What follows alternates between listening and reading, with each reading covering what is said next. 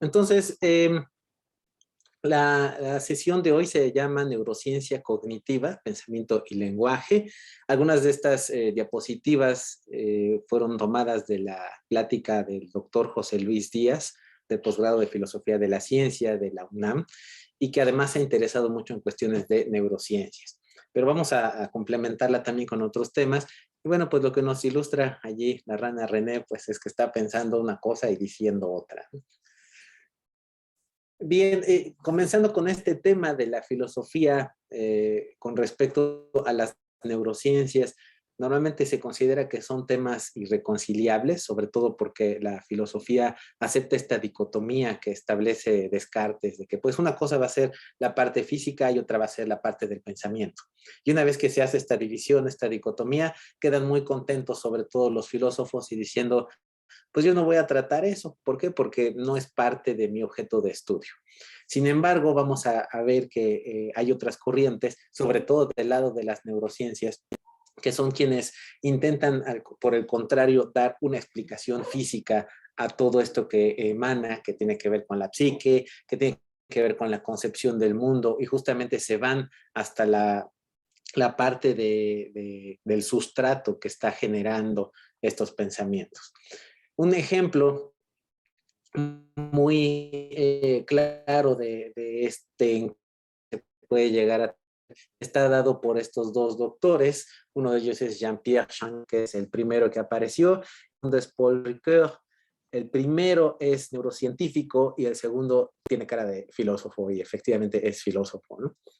Entonces, si ustedes algún día quieren ver pues los argumentos que se dan uno y el otro para decir por qué sí es importante la filosofía, por qué no lo es, desde el punto de vista científico, pues ahí está.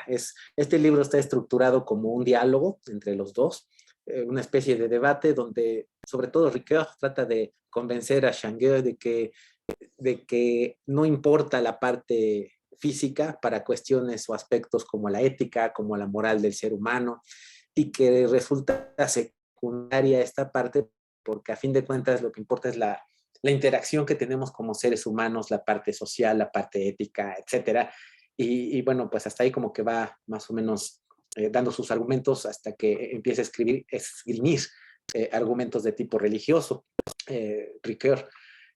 Aunque no se trata específicamente de convencer a Changeux de ser un creyente, de que crea en alguna religión en particular, él habla desde el punto de vista de cómo dan forma a estas ideas religiosas a la sociedad actualmente y que la sociedad tendría esta forma independientemente de que los cerebros fueran humanos o de cualquier otro tipo.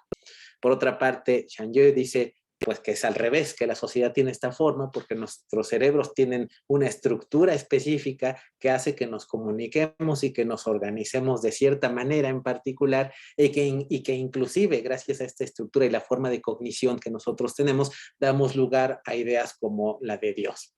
Entonces, bueno, ¿qué pasa? Pues al final, pues sí, quedan todos peleados, ¿no? O sea, no se encuentra un punto reconciliable.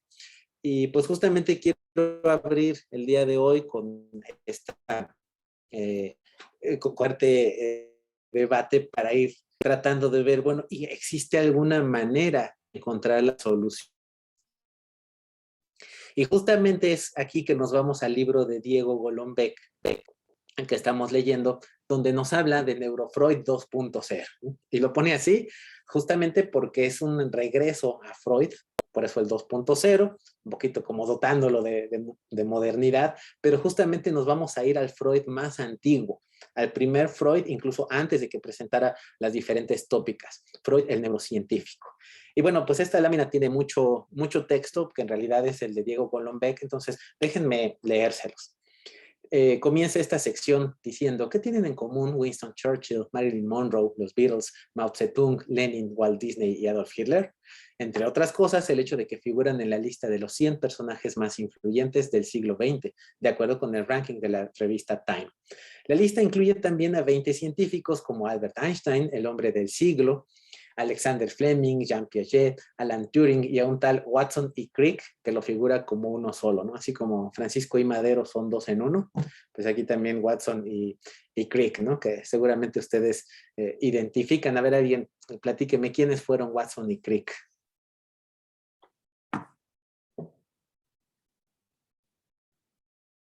No sean Los tímidos. descubridores de la doble hélice, ¿no? Exactamente. Del ADN. Exactamente, muy bien y pues muy, muy trascendente, ¿no? Su descubrimiento. Y continúa Diego Golombek. Como corresponde a la primera mitad del siglo pasado, los físicos tienen una buena representación y desafortunadamente las mujeres solo están representadas por una científica, Rachel Carson, la autora de Primavera Silenciosa, donde denuncia el uso de pesticidas e insecticidas en desmedro del medio ambiente. Entonces, cuando quieran decir que están echando mucho relajo y que algo se está descomponiendo y no quieren decir una grosería, pueden decir desmedro y no es grosería, ¿no? Bueno, sí existe la palabra. En todo este universo de influencias llama la atención la significativa falta de neurocientíficos, esos soñadores que estudian el cerebro y sus circunstancias. En definitiva, lo que nos hace ser quienes somos. Y sí, esta es una afirmación polémica. Todo eso son palabras de Golombek.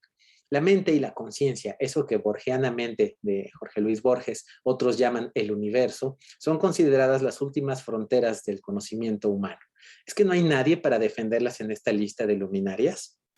Y dice, bueno, sí, hay alguien, un tal Sigmund Freud, un neuroalgo, al menos en sus comienzos. Y en el comienzo fue el cerebro.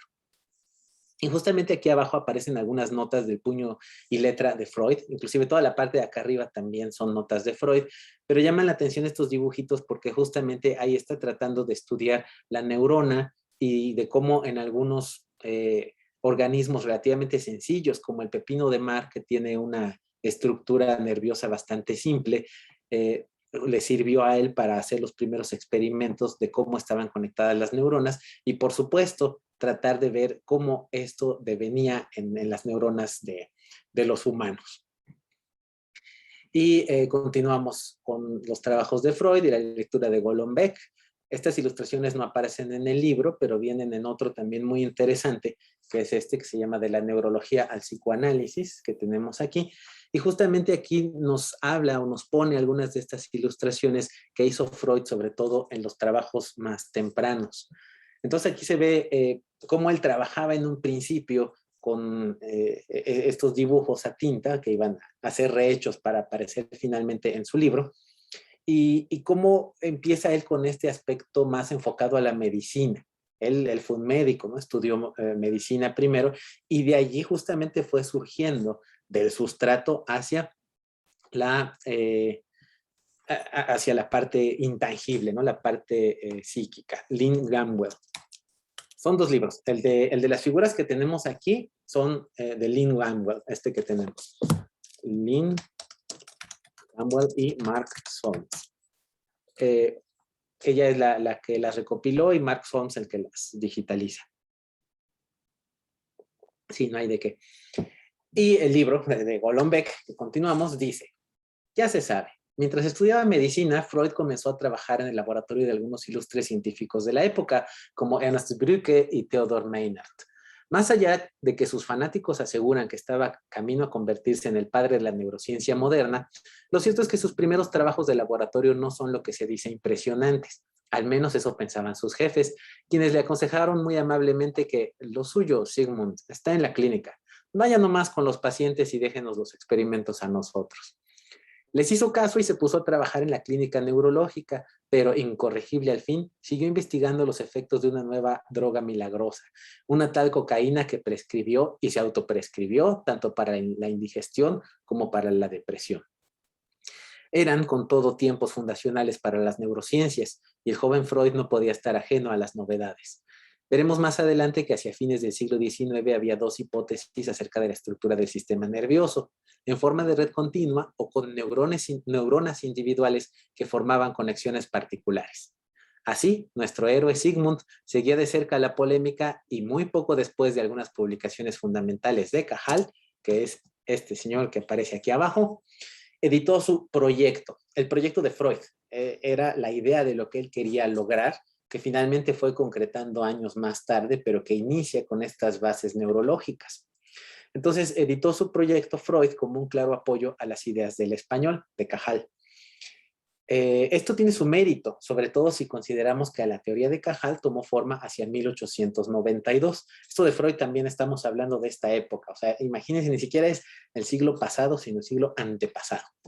En un mundo sin internet, estar al día con los adelantos de la ciencia y poder interpretarlos correctamente era sin duda complicado y digno de alabanza. Aquí se vislumbra una explicación puramente material de la conducta. Freud va mucho más allá, adhiriéndose plenamente a la teoría del neuronismo, al afirmar que es en la actividad neuronal en donde debemos encontrar la base de los fenómenos mentales. Y quizás hoy en día es algo a lo que ya estamos un poco más acostumbrados a escuchar, pero en aquellas épocas todavía era muy difícil decir, bueno, y el espíritu esta parte y las neuronas son otra cosa, quién sabe para qué, tienen que ver con cuestión motora nada más. Y bueno, aquí empieza a conectarse de manera más específica o más clara todo esto. Y esto lo podemos ver en el esquema del peine de Freud, que es esta parte que tenemos aquí abajo. Entonces parece así un esquema medio raro, pero en realidad es muy sencillo de entender. Lo que tenemos del lado izquierdo son las percepciones, de allí la P. Entonces, todo aquello que percibimos son estímulos sensoriales que tienen que ver con la vista, el oído, el olfato, etcétera. Y por supuesto el tacto, ¿no? Y esto va dejando huellas mnémicas, las MN. Por huella mnémica, eso tiene que ver con memoria, ¿no? Con recordar, se van guardando simultáneamente estas activaciones por distintos medios que se van asociando y finalmente esto va dando lugar hacia el inconsciente, que sería, según esta primera tópica de Freud, una colección de estímulos asociados, pero que todavía no tienen nombre, no tienen forma de simbolizarlos, de evocarlos, sino simplemente son asociaciones. Y después existe algo que es el preconsciente, que las conjuga ya para usarlas con un propósito para tener una acción motora. Esa es la M de motora. Entonces casi tenemos aquí un Freud controlero, donde tenemos del lado izquierdo un estímulo y del lado derecho una respuesta, ¿no? del motor.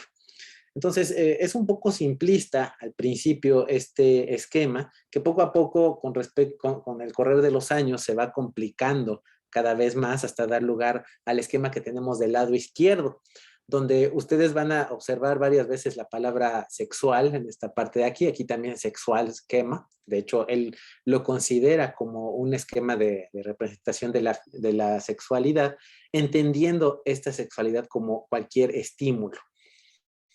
Un estímulo que, valga la redundancia, estimula al sistema. La barra horizontal que tenemos aquí va a separar la parte somática psique, esta de aquí, y la parte vertical está dividiendo al yo.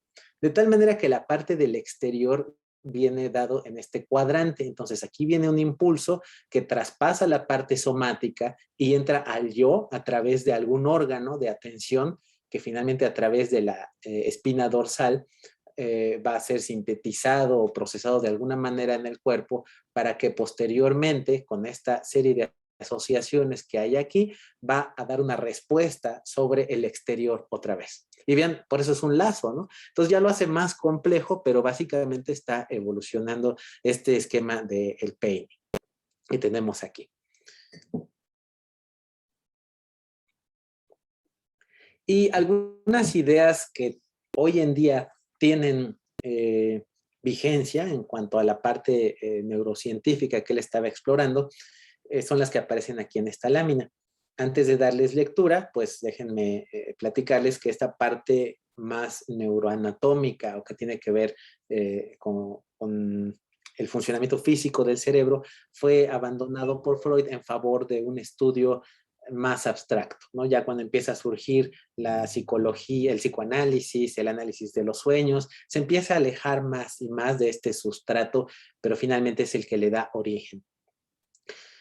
Afortunadamente se sabe de este proyecto por las cartas que le mandaba un amigo que se llamaba Fliess y que nos comenta Golombek que es muy odiado por los que hacen estudios del cuerpo humano, porque Fliess es el que inventa los biorritmos. No sé si ustedes alguna vez han buscado su biorritmo, son esas líneas que dice, hoy estoy muy emocional, hoy estoy bien físico, pero estoy muy mal intelectualmente, ¿no? Entonces, en teoría son como ondas senoidales que se van calculando a lo largo de toda tu vida y es así muy cercano a la astrología, ¿no? Decir, no, pues hoy salí mal en el examen porque estoy muy bajo en intelectual, ¿no? Pero en emocional estoy muy bien, así que me vale y no me afecta, ¿no? O viceversa, ¿no? Hoy salí muy bien en el examen, pero aún así estoy triste, quién sabe por qué, porque están al revés. Entonces, bueno, pues es un invento del amigo de Freud.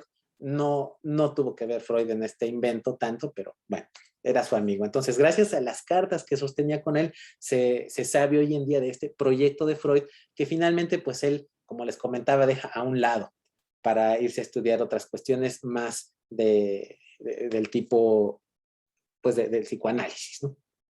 Ok, entonces, ¿cuáles eran estas ideas eh, ¿cuáles eran estas ideas que sostenía él?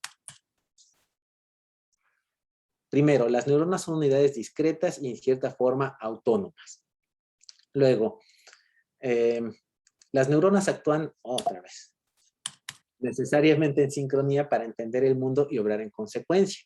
El cerebro es un ejemplo de vías de retroalimentación negativa. ¿Por qué? Porque inhiben. Digamos que el cerebro todo el tiempo está recibiendo estímulos, estímulos, estímulos. Entonces, en esta selección de cuáles van a significar algo para el cerebro, viene más una retroalimentación negativa. O sea, parece contradictorio, pero justamente se hace un gran esfuerzo en filtrar todo a lo que no se le va a poner atención. Los estímulos individuales de las neuronas se van sumando hasta que las neuronas se vuelven permeables a ellos.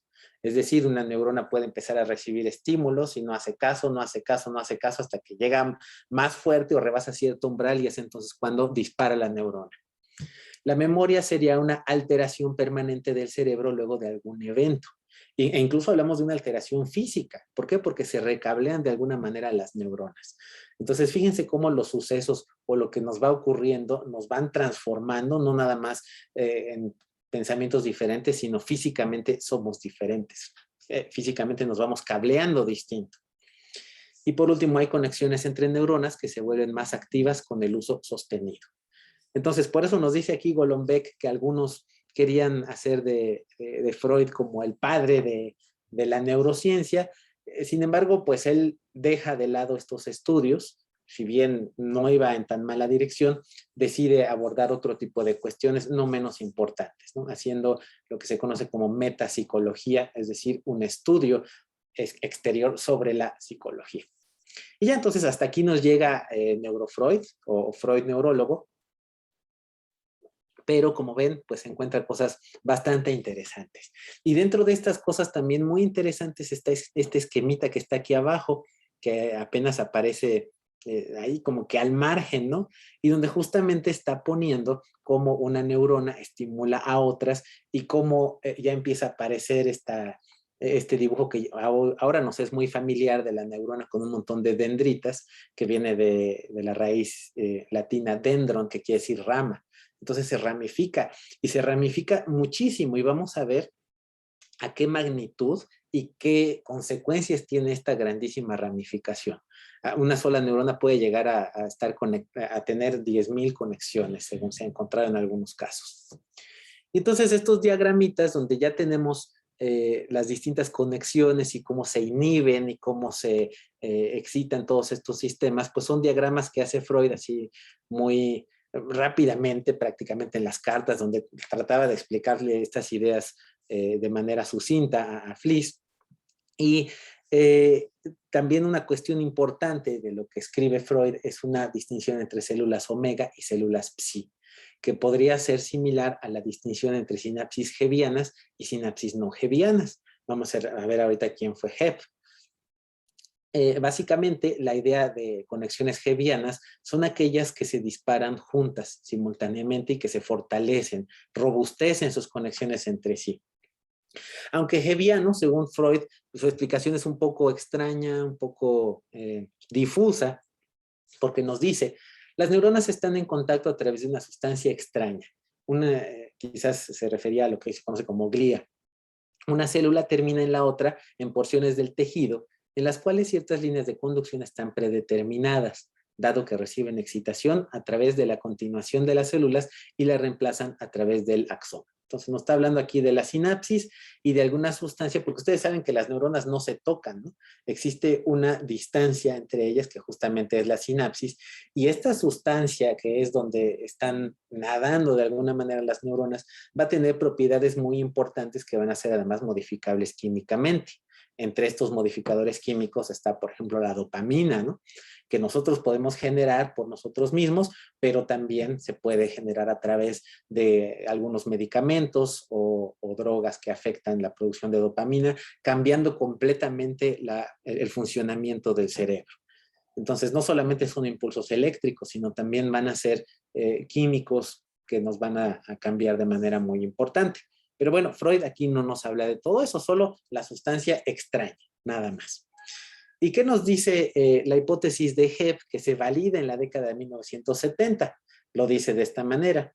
Es una potenciación de largo plazo, porque después de estimular cierta sinapsis, una segunda estimulación puede provocar una respuesta mucho mayor. Y todo esto tiene que ver un poco con la cuestión de condicionamiento o de aprender nosotros sosteniendo cierta conducta, y conforme la repetimos y repetimos nos terminamos acostumbrando. ¿Por qué? Porque las neuronas ya tienen, empiezan a fortalecer justamente todas esas conexiones. Y aquí tenemos a nuestro amigo Hebb prácticamente diciendo neurons that fire together, wire together.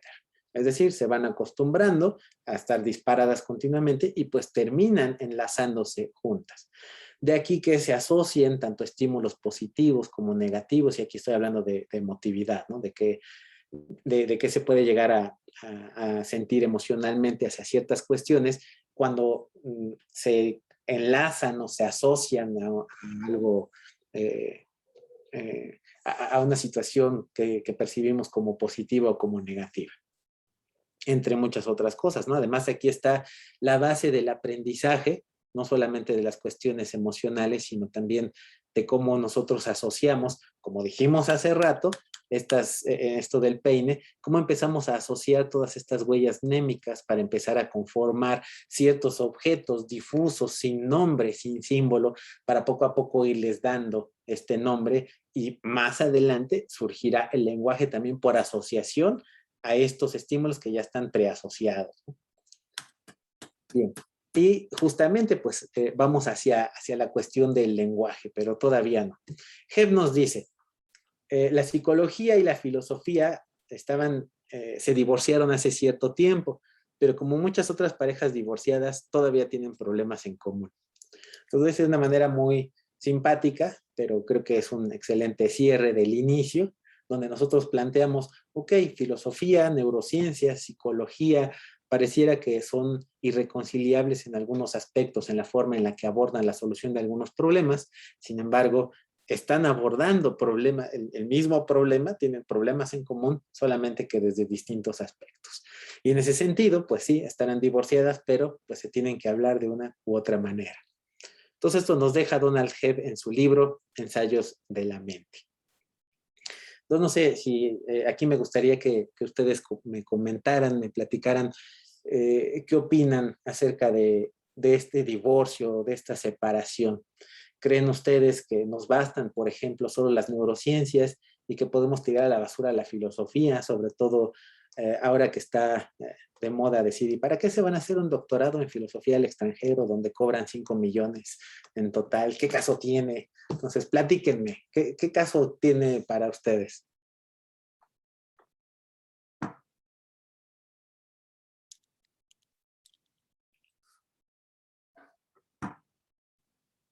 También se va a decir, no tiene ningún caso, ¿no?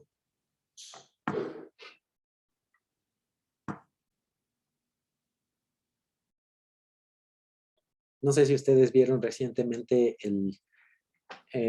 una noticia, ¿no? De que cierta persona cercana a una funcionaria, su hija se fue a estudiar, ¿no? Filosofía precisamente, y pues de aquí el gran revuelo que hay en las redes sociales, y justamente pues esto es lo que les quiero preguntar, ¿no? Dice Alfredo, la filosofía es la madre de todas las ciencias. ¿Y por qué? Platícanos, ¿por qué?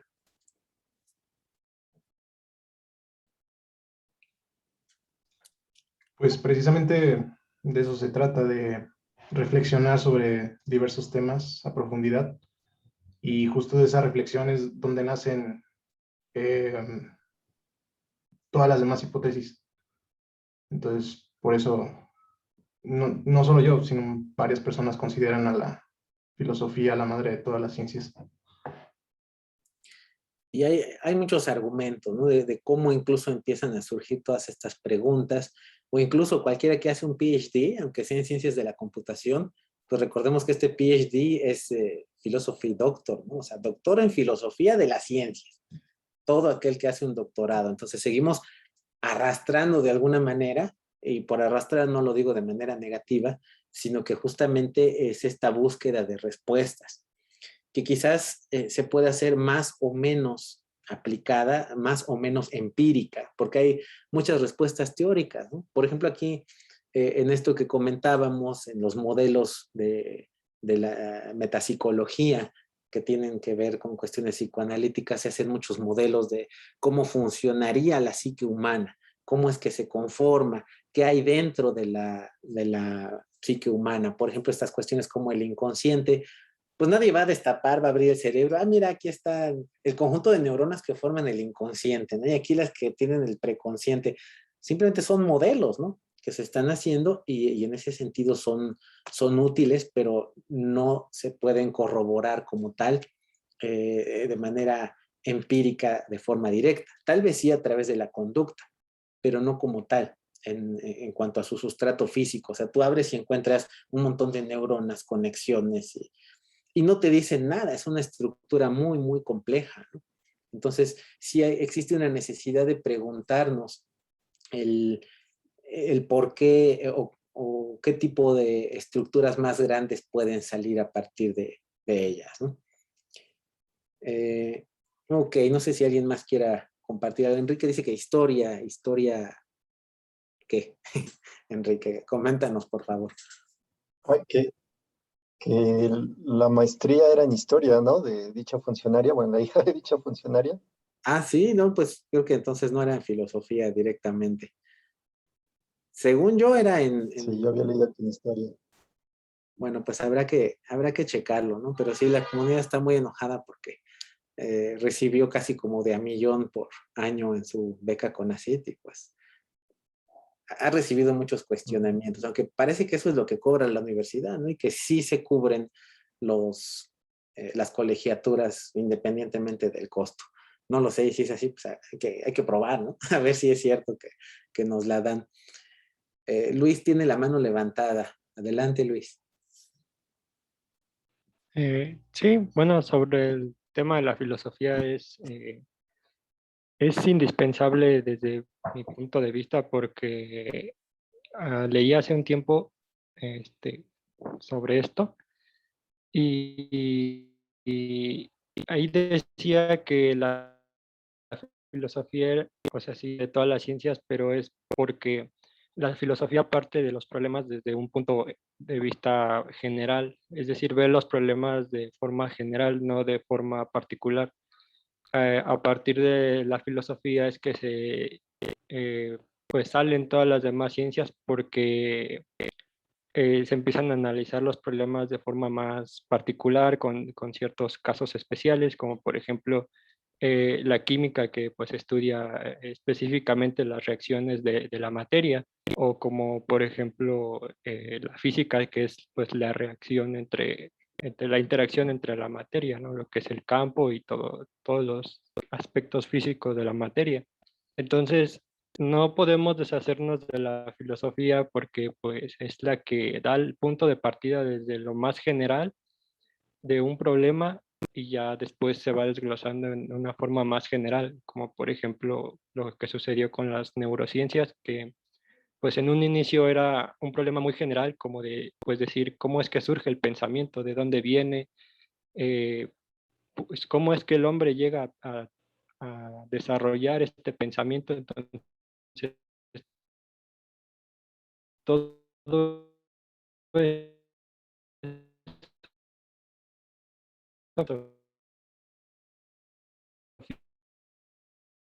Se cortó un poquito al final, Luis, pero y nos quedamos en el pensamiento.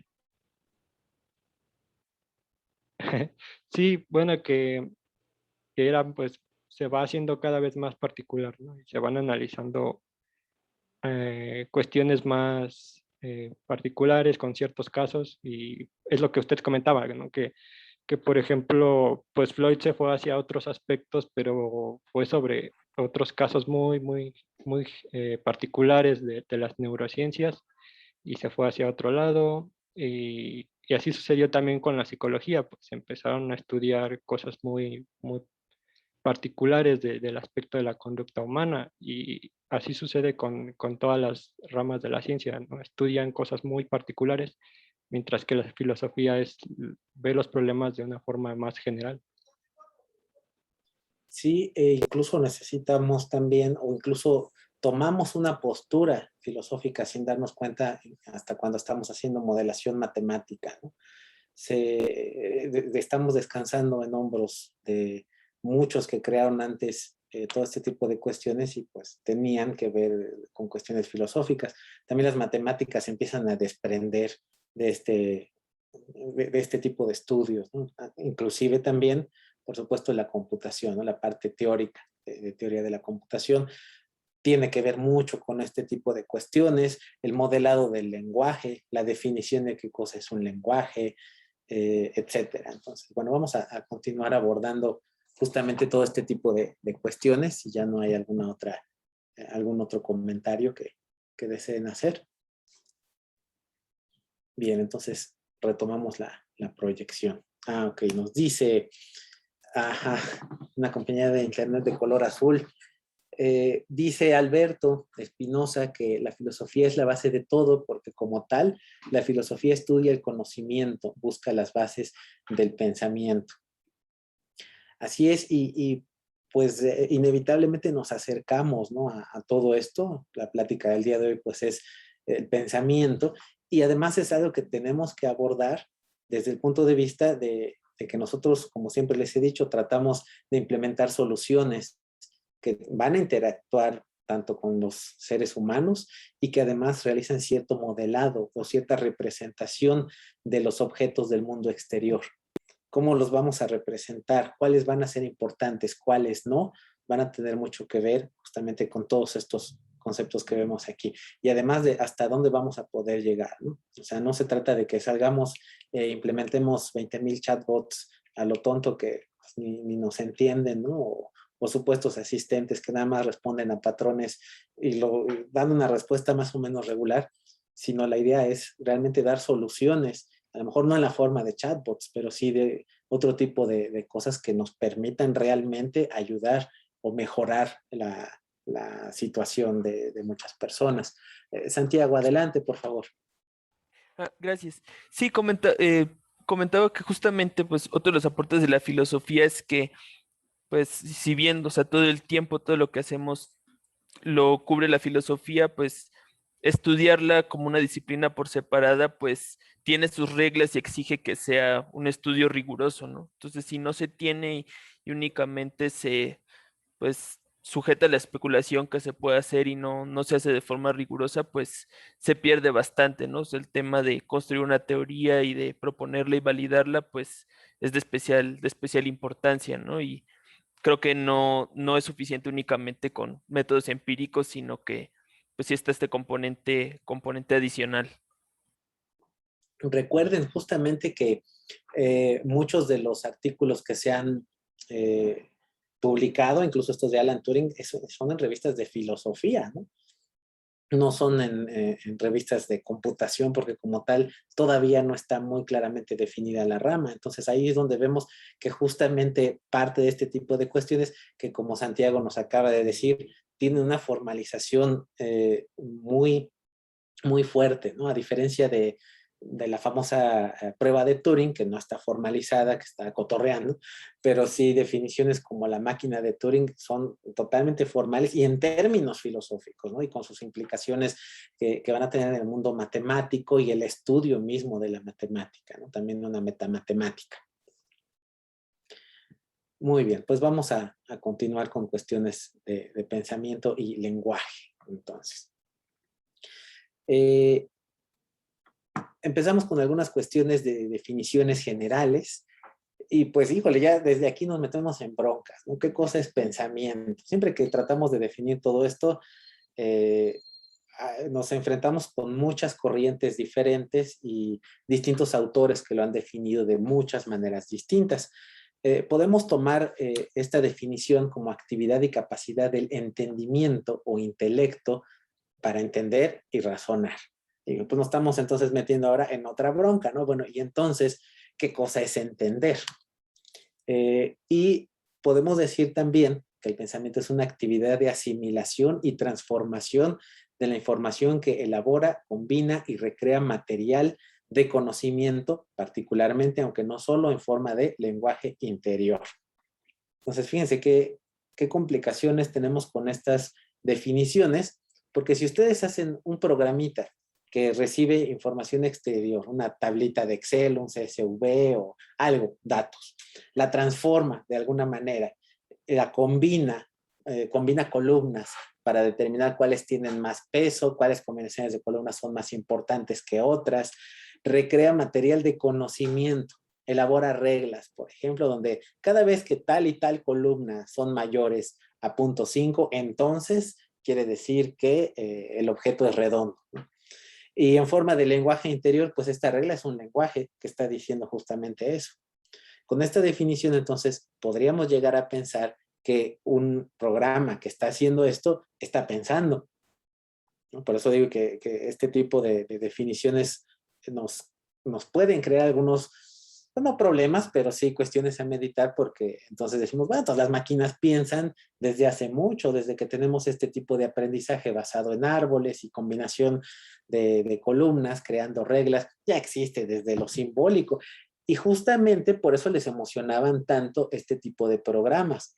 No así como los que aprendían a reconocer una letra A, B, C, como el Pandemonium, ¿no? Sino aquellos que aprendían a hacer demostraciones, que obtenían reglas generalizadas a partir de los datos, etcétera, porque eso, según estas definiciones, se parece más al pensamiento.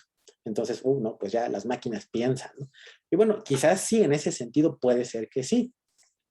Platón era un poco más platónico, quién sabe por qué.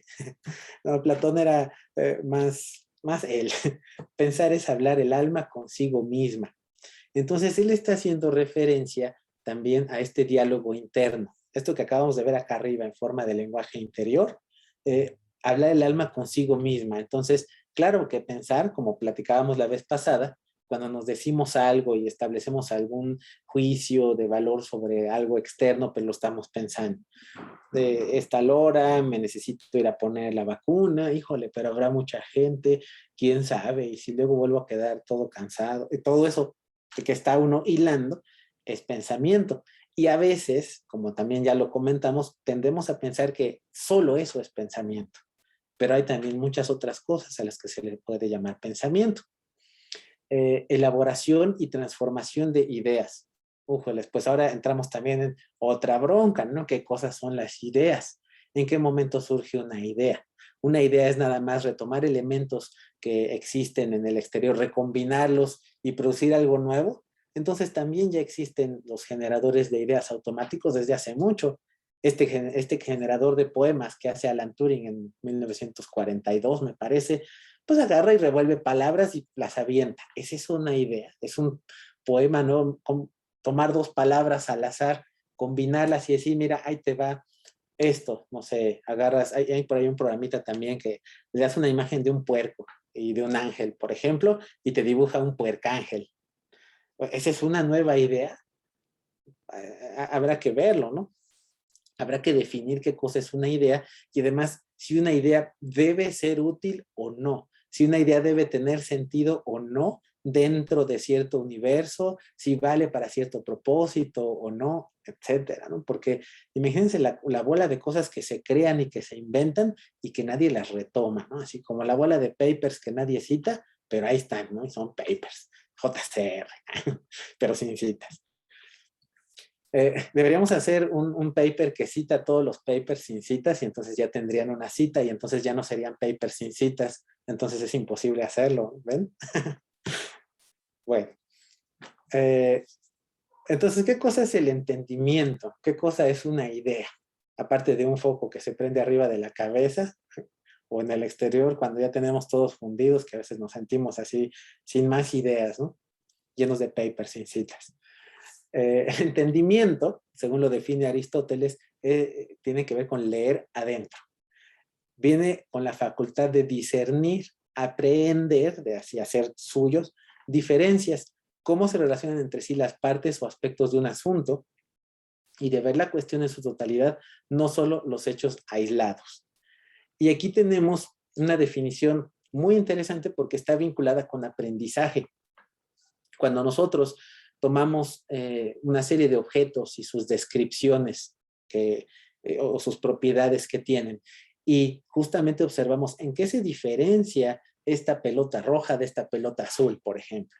Ambas son pelotas, sí, pero esta es más grande y esta es de otro color, pero son pelotas, ¿no? Y de ahí empezamos a elaborar conceptos, incluso con cuestiones más y más elaboradas cada vez, como por ejemplo perro. Y ya no va a importar de qué raza, pero sabremos reconocer un perro. Pero ¿y hasta qué tamaño, no? Y de repente es muy grandote, no, pues eso ya no es un perro, eso parece un lobo. O todavía algún otro animal, ¿no? Todavía más grande. Y todo esto nos va a permitir ir entendiendo qué cosa es un perro, qué cosa es un lobo. Y con esto esto nos permite discernir. Y discernir tiene mucho que ver también con discriminar. Entonces, cuando nos hablan, tienes que discriminar qué cosa es un perro y qué cosa no es un perro. Entonces, cuando nos dicen no debes discriminar, entonces te están diciendo no aprendas. Es imposible, ¿no? Pero bueno, discriminar tiene un sentido peyorativo donde implica que ciertas cuestiones a lo mejor las vas a tratar mal, ¿no? Pero en esencia discriminar es muy cercana a discernir, a diferenciar. ¿Y cómo vas a diferenciar? Conociendo, teniendo muchos ejemplos y generalizando. Y vamos a ver también que hay personas que no lo pueden hacer por cuestión incluso de nacimiento, ¿no? Y si ustedes leyeron esto que platicábamos la vez pasada de Funes el Memorioso, a él justamente le costaba ver las cuestiones en su totalidad y por eso recordaba los hechos aislados, nada más, pero sufría en su vida porque no podía aglutinarlos, o sea, él recordaba cada instancia de perro que vio y no tenía el concepto completo de perro. Puede decir, no, pues yo conozco un perro maltés, un perro un corgi, un perro chihuahueño, etcétera, de cada uno que ha visto y los recuerda bien, pero no los engloba. Entonces también aprender implica olvidar. No sé si a ustedes les tocó en la clase del doctor Godoy decir, nadie se acuerda de la primera instancia de perro que vio, pero sí recordamos o tenemos este concepto de cómo son los perros en general. Y yéndonos un poquito hacia la parte emotiva, un tanto freudiana, vamos a asociar también la emoción que teníamos o que nos suscitó ese primer encuentro de perro. A lo mejor la primera vez que vimos un perro fue agresivo y casi nos muerde, y de ahí, pues perro agresivo. Y ya de ahí sepáralo, pues está difícil, ¿no? Bien. ¿Y qué es una idea? Pues es una representación mental subjetiva equiparable al concepto. Entonces es aquí donde podemos hablar nosotros de la idea de perro, que tiene que ver con el concepto de perro, que ya es la generalización de cada una de las instancias particulares y específicas que nosotros vimos de ese perro. Y ya esta idea puede estar o no cargada de afecto. Aquí todo esto no nos habla del afecto, pero es inevitable. Incluso por ahí hay artículos donde dicen que para realmente tener un aprendizaje efectivo se debe cargar de afecto. Es decir, si nosotros estamos aquí platicando y pues nada más el profesor está, lee sus diapositivas, pues no hay afecto, ¿no? Porque la emoción se empieza a volver plana y entonces se empieza uno a perder entre todas estas ideas, ¿no?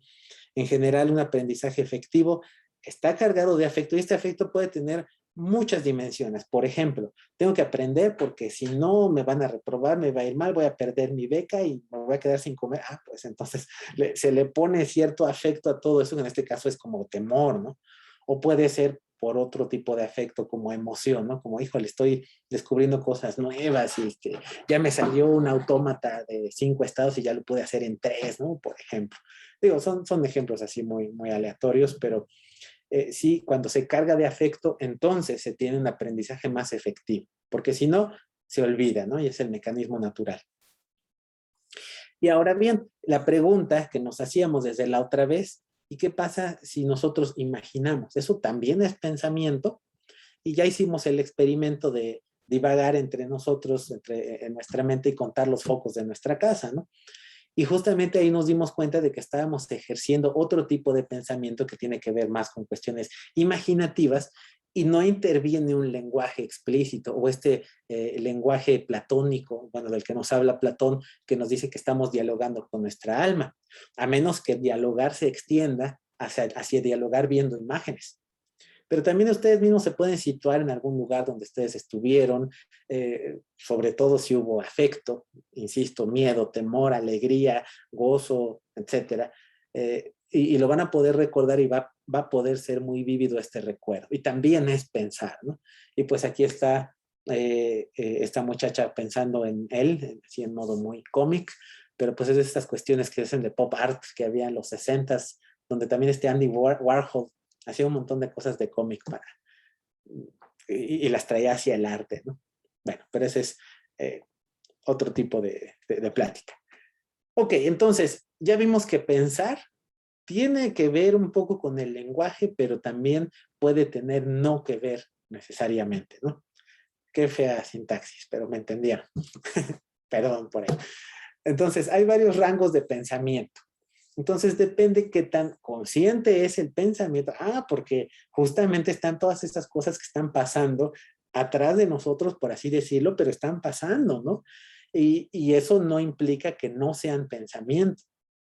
Y eso es algo que muchos se niegan a aceptar, ¿no? ¿Cómo es aceptar, por ejemplo, el inconsciente? Cuando les decía Freud, sobre todo al principio, no, es que tú estás pensando en cosas, pero no te das cuenta. No, si no me doy cuenta, no estoy pensando en eso. Yo tengo pleno control de mí mismo, misma, y es imposible que me estén diciendo eso. Bueno, pues sí existe pensamiento inconsciente y consciente. También el pensamiento puede estar dirigido o no a resolver problemas. Y cuando queremos resolver un problema, se vuelve bastante más racional, porque es una serie de pasos orientados hacia resolver algo. Esto tiene que ver más con el GPS, ¿no? ¿Se acuerdan del GPS? A ver, ahí pónganme en el chat qué significa GPS.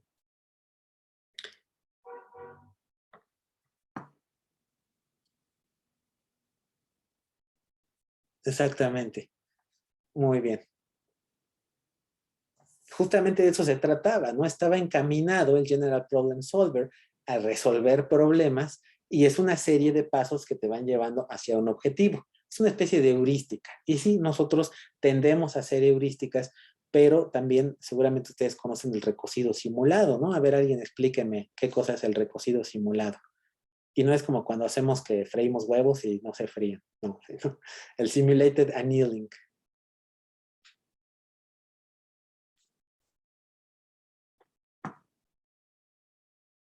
Dice Santiago. A ver, adelante, por favor, Santiago. Sí, pues empieza como que hay un esquema de temperatura, entonces es entre más alta esté la temperatura, pues más se va moviendo de forma aleatoria, pero conforme se va reduciendo, deja de moverse tanto, se va como estabilizando. Entonces, no sé, sería como el componente principal ahí del recocido. Así es, la temperatura, justamente. Y nos habla, o podemos visualizarlo como barro, por ejemplo, que a una alta temperatura es muy maleable, ¿no? Y poco a poco, cuando lo coces, se empieza a enfriar, perdón, se empieza a enfriar, hasta que queda duro, y ya las moléculas dejan de bailar, ¿no? De brincar tanto, de moverse tanto. Este gran salto de las moléculas implica la exploración de muchas alternativas diferentes, y de alguna manera nosotros a veces actuamos de esta manera, y lo que va dando el endurecimiento de la idea es el tiempo que tenemos para resolver algo. Es decir, si ustedes les dicen, por ejemplo, tienen un mes para resolver esta tarea, ¿no? Pasan 29 días y el último día la intentan resolver. No, no es cierto. En teoría se supone que tienen más tiempo para explorar más ideas, más variantes, informarse, conocer algo, ¿no? Pero conforme va llegando el deadline, pues ni modo, se van quedando cosas a lo mejor sin explorar de manera tan profunda, porque tienen que ir tomando una decisión. Entonces el cerebro humano está hecho para tomar decisiones con una gran incompletitud de los datos. Y eso es también algo diferente a cómo se suelen abordar las cosas en el procesamiento simbólico de la computadora, porque se asume que ya se tiene toda la información, por ejemplo, Prolog, ¿no? En Prolog ustedes ponen un montón de líneas, un montón de declaraciones, y falta alguna, simplemente ya no se hace el enlace, ¿no? Pues no sé. Y mientras que nuestro pensamiento es, bueno, no sé eso, pero voy a suponer que sí, por mi experiencia, entre la intuición y un montón de otros mecanismos. Entonces empezamos a tomar decisiones y sobre todo, conforme se agota el tiempo, se van endureciendo ciertas cuestiones y ya no las exploramos más. Entonces, a diferencia del General Problem Solver, nosotros trabajamos un poco más en ese sentido, ¿no? Ir explorando primero de manera muy amplia y poco a poco ir dejando de movernos tanto y pues ya como se quedó, se quedó.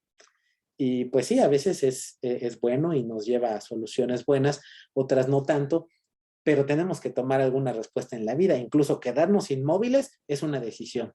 ¿Qué vas a hacer? No sé porque no sé qué hacer. Pues esa ya es una decisión, ¿no? Entonces no hay manera de no tomar una decisión. El rango de pensamiento, ¿qué tan verbal es? Justamente de lo que hablábamos hace ratito. Si estamos verbalizando todo aquello que pensamos, o como en el caso de los focos, no es un pensamiento tan verbal o nada verbal. ¿Y qué tanto conocimiento involucra? Porque nosotros tenemos pensamiento que requiere de muchos conceptos previos, a veces o a veces no. A veces la cantidad de reglas es sencilla y podemos estar pensando y pensando y pensando en lo mismo, ¿no? Como ajedrez. El ajedrez es un ejemplo de que si nosotros lo pensamos, puede llegar a jugarse prácticamente sin conocimiento, nada más sabiendo cómo se mueven las piezas, pero conforme le vas añadiendo conocimiento de jugadas importantes, de a qué es lo que te puede llevar cierta secuencia de jugadas, cómo poner trampas, cómo reaccionar ante la trampa que te pone tu contrincante, etcétera. Entonces ahí vamos involucrando cada vez más pensamiento, ¿no? Más conocimiento, perdón. Pero ojo, puedes pensar casi sin conocimiento, ¿no? Y al grado de que te la puedes pasar repitiéndote un mantra, por ejemplo, y estás pensando, ¿no? Estás haciendo Om Mani Padme Hum, Om Mani Padme Hum. Es pensamiento y el conocimiento, bueno, a menos que te estés concentrando en cada una de las hojitas del Buda y las líneas de su palma de la mano, pero digo, si normalmente no lo haces y nada más estás repitiendo algo, es pensamiento prácticamente sin conocimiento, ¿no? Y estos pensamientos se organizan en niveles. Desde el pensamiento automático, donde nosotros podemos hablar de que se hacen las cosas casi sin pensar, ¿no? Pero si es pensamiento, quizás ese sin debería estar matizado por un casi sin pensar, como cuando hacemos unos huevos fritos, ¿no? Unos huevos estrellados, pues no estamos pensando, a menos que estemos también así muy, muy concentrados, ¿no? De que, a ver, huevito, híjole, tienes aquí una ranurita, a ver cómo estarás hecho por dentro. Pues normalmente no, ¿no? Agarramos, los lavamos, a veces ni eso, y se echan los huevitos y no estamos pensando en todo lo que está ocurriendo detrás de ello, o incluso podemos estar pensando en otra cosa, ¿no? Pensamiento sistemático, pues ya es donde nos detenemos a pensar un poco acerca de las propiedades que puede tener algo, o no sé, por ejemplo, huevos, ¿cuántos voy a hacer? ¿Cuántos van a comer? ¿Cuántos somos?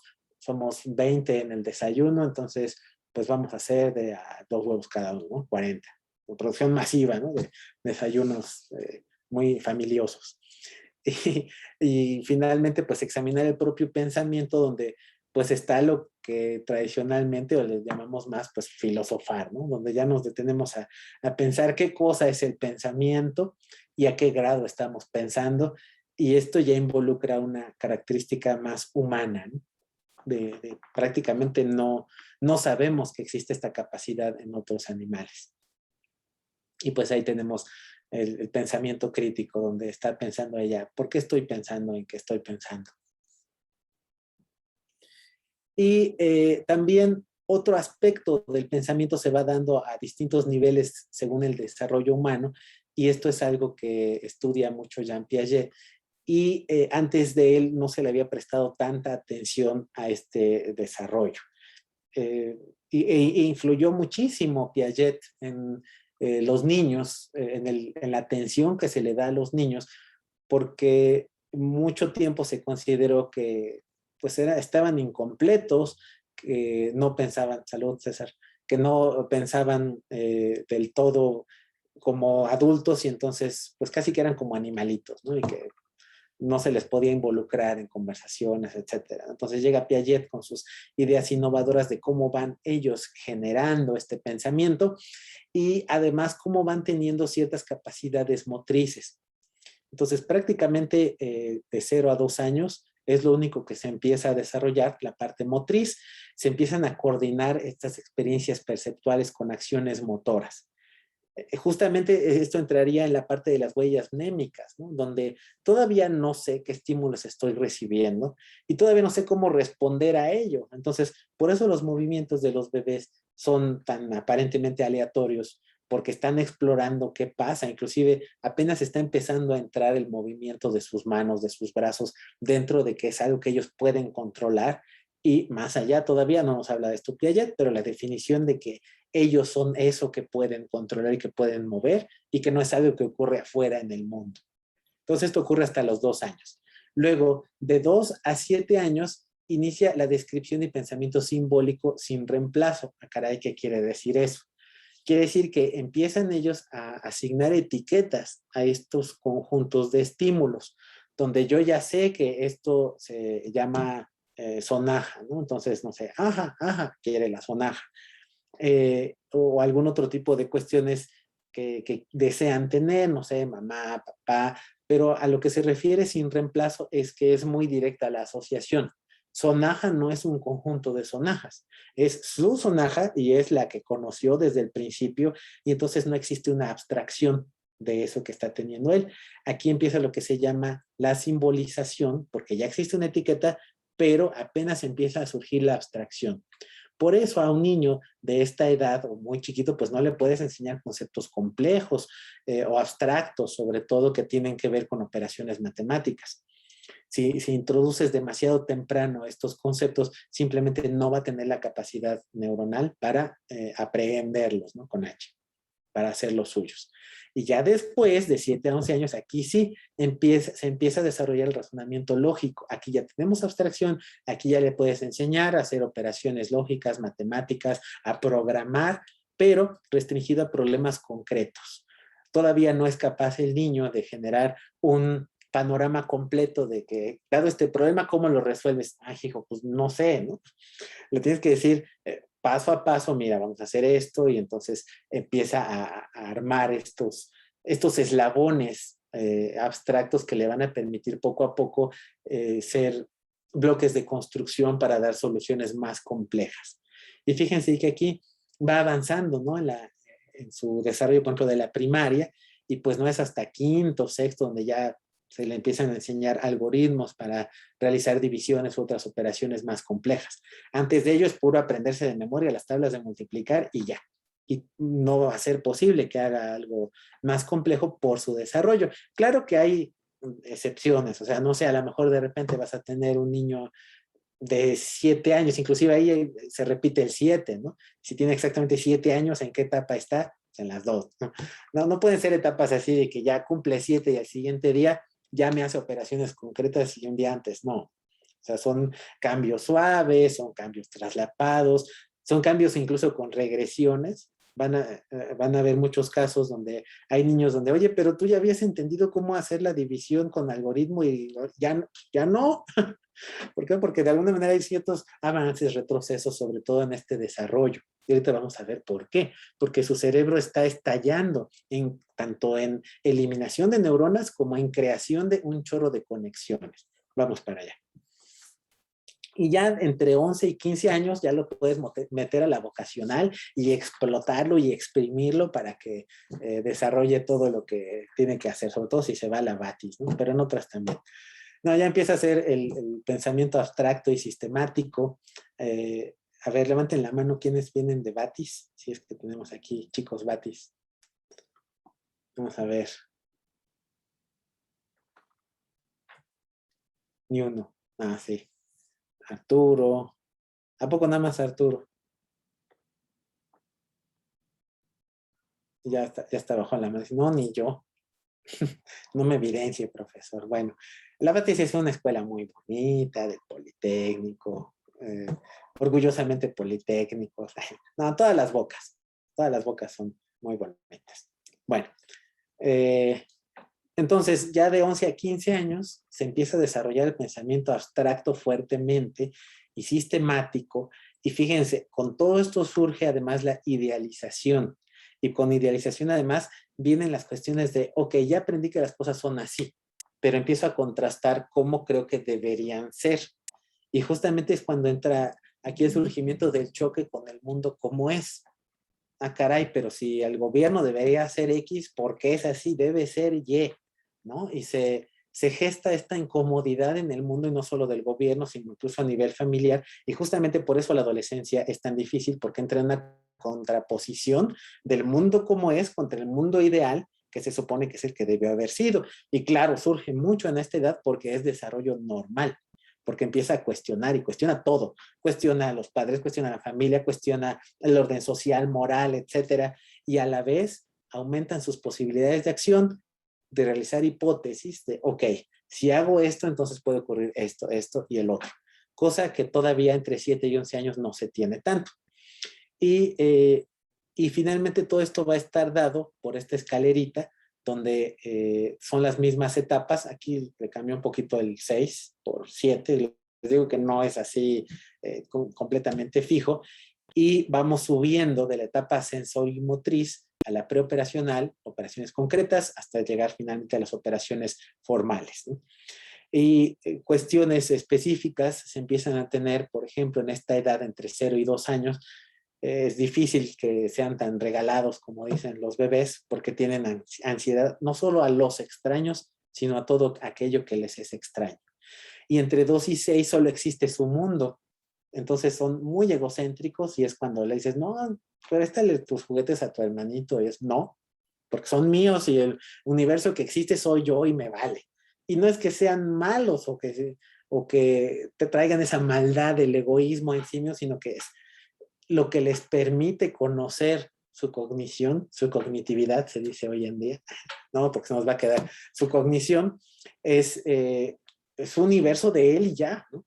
Y ya después empieza a tener éxito en tareas de conservación. ¿Qué quiere decir eso? Que si tú dejas un niño solo, desatendido, varios días de 6, 7 años, es muy probable que no se pueda ni hacer su comida, no sabe ni dónde, ni nada, y se muere, ¿no?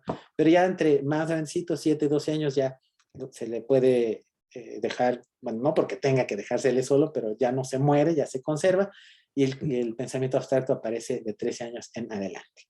Bueno, entonces, ¿por qué nos importa tanto esto del desarrollo de los niños? Pues porque todos fuimos niños y todos nos desarrollamos en estas etapas con ciertas variaciones. Entonces, ustedes pueden quizás tratar de recordar un poco cómo fueron sus etapas. A lo mejor fueron diferentes, ¿no? Tampoco es que todos estemos cortados por la misma tijera, pero es más o menos. ¿Y qué tiene que ver esto con la parte del desarrollo cognitivo, ¿no? Porque aparte de libros como este, que nos habla de perspectivas además que van más allá de la cultura, es decir, constantes del desarrollo humano, que es muy interesante, vemos que la cantidad de materia gris que se va que se va teniendo es cada vez menos. Por ejemplo, de 5 a 20 años, pueden ustedes ir observando cómo la cantidad de materia gris decrece. ¿Por qué? Porque se sustituye por materia blanca, sobre todo en la corteza cerebral. Entonces, inicialmente la materia gris es aquella que va a constituir a nuestro cerebro primitivo, ese que todavía va a seguir reaccionando cuando nos hacen enojar, cuando se nos cierra el microbús, o cuando alguien nos grita algo y nos encendemos, ¿no? Bueno, pues eso va a seguir vivo, pero va a quedar en la parte más medular, más nuclear del cerebro, el cerebro primitivo, y lo vamos a ir forrando cada vez más de materia blanca. Y esta materia blanca es donde van a estar los procesos lógicos, las asociaciones, sobre todo cuáles van a ser estos cúmulos de sensaciones mnémicas que van a ir deviniendo en conceptos. Y fíjense, todo esto continúa en desarrollo hasta los 20 años, ¿no? Entonces, pues no sé, a los 15 años todavía nos sentimos ya súper maduros y ya somos los dueños del nombre. Todavía nos falta, ¿no? Y todavía después, pues yo creo que continuamos en el desarrollo. Y además, ¿qué va a pasar con las células? Sobre todo, estamos hablando de las células neuronales. vamos a ver que se va teniendo en el inicio una plasticidad sináptica. Y esto es muy importante ver cómo va cambiando con el tiempo. Desde que va naciendo el niño, fíjense, aquí va el nacimiento, esta es una escala así logarítmica, ¿no? Entonces, primero damos mucho espacio a las semanas y después nos vamos terminando en años, ¿no? Entonces, es una escala logarítmica. Al principio, conforme se va gestando desde la concepción, no ha nacido, existe la neurogénesis. Contrario a lo que muchas veces nos dicen de que las neuronas nacen y ya después cuando se te mueren ya valiste, y si tomaste alcohol olvídate porque ya se te murieron miles de neuronas y ya no vas a volver a pensar nunca como antes. Que en parte es cierto, sí se mueren, pero siguen generándose algunas neuronas. Y sí, ya no volvemos a ser el mismo porque efectivamente neurona muerta, parte de nosotros que quedó allí. Entonces esos que dicen, bebo para olvidar, pues sí, tienen algo de razón, pero también quién sabe qué otras cosas están dañando, ¿no?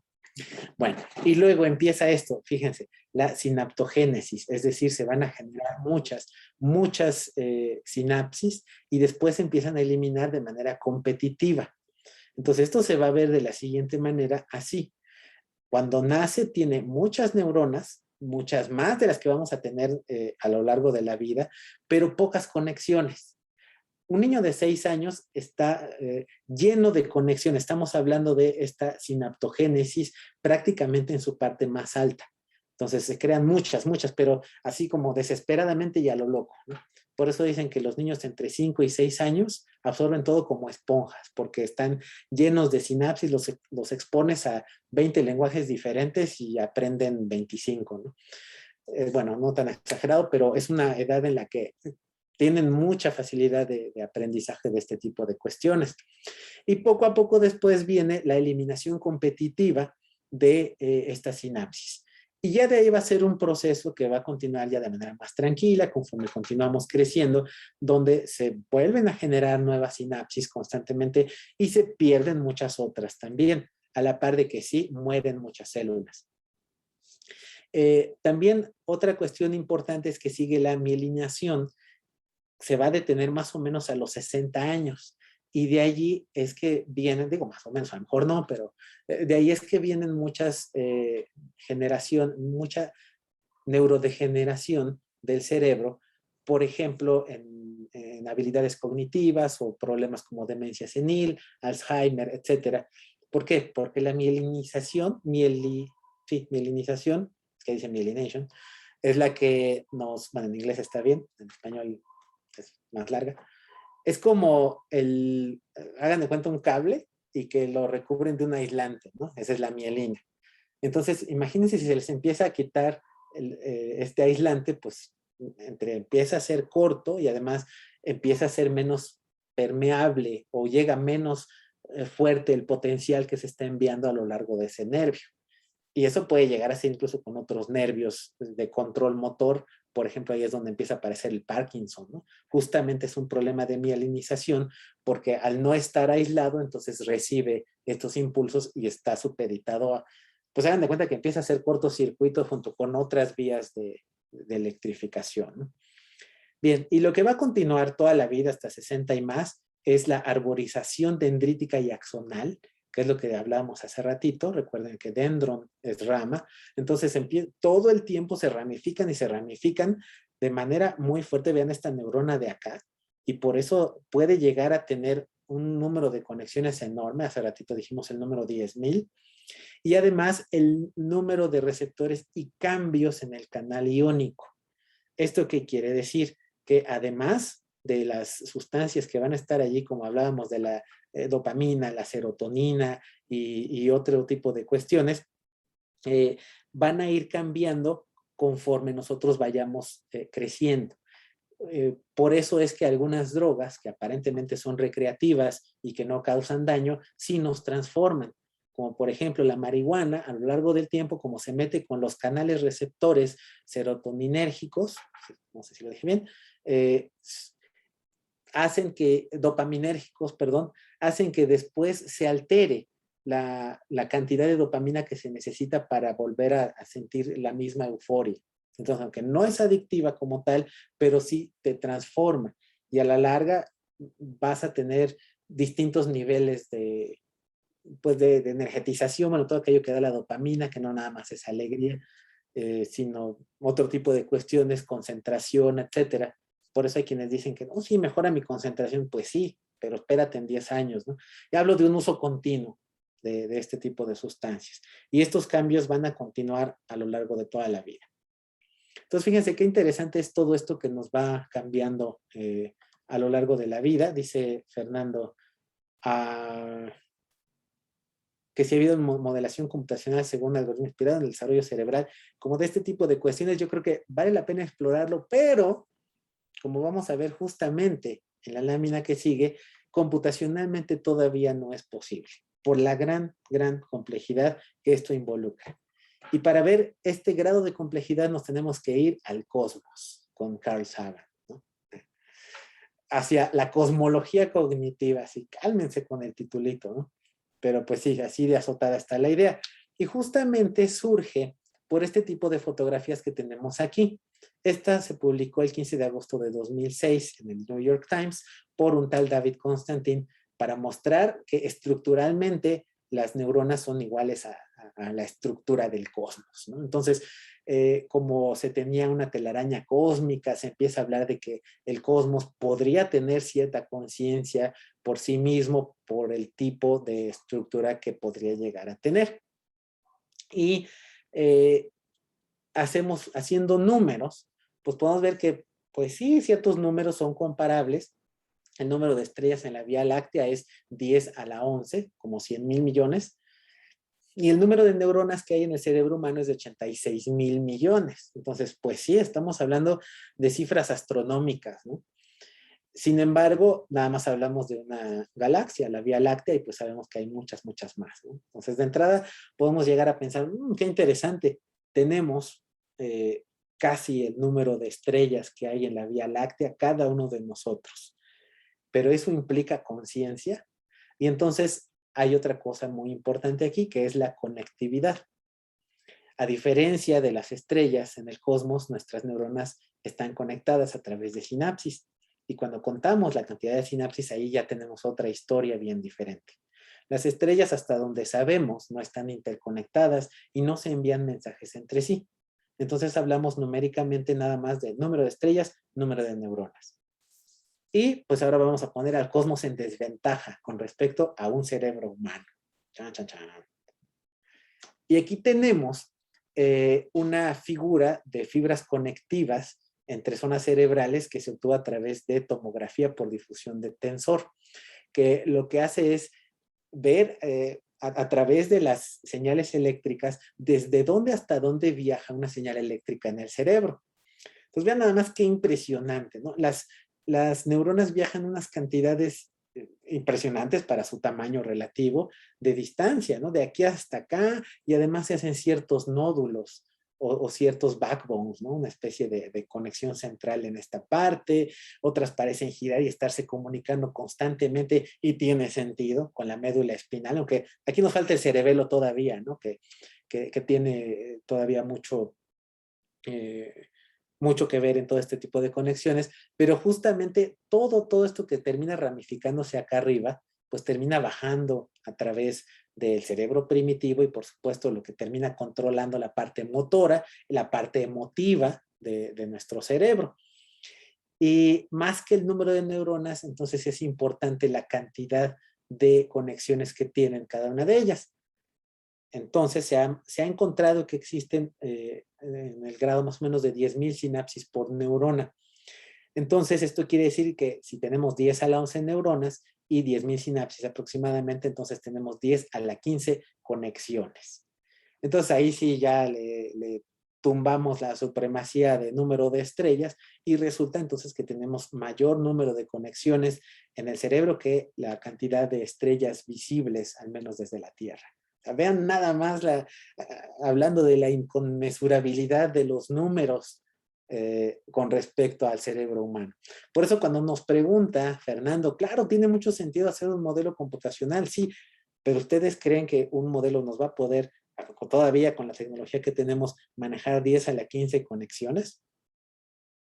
Aquí es donde justamente nos damos cuenta cuál es la posición que tenemos con el tipo de aparatos que logramos hoy en día. No quiere decir que no vamos a lograr una computadora que logre manejar este tipo de conexiones, esta cantidad de conexiones tan grande. A lo mejor va por allí de las computadoras cuánticas, etcétera, pero a pesar de que existen computadoras cuánticas de un número bastante bueno de qubits, 20, 21, pero no llegamos a manejar este número y todavía no llegamos además a que sea suficientemente estable como para que se mantenga durante cierto tiempo suficiente para que aprenda.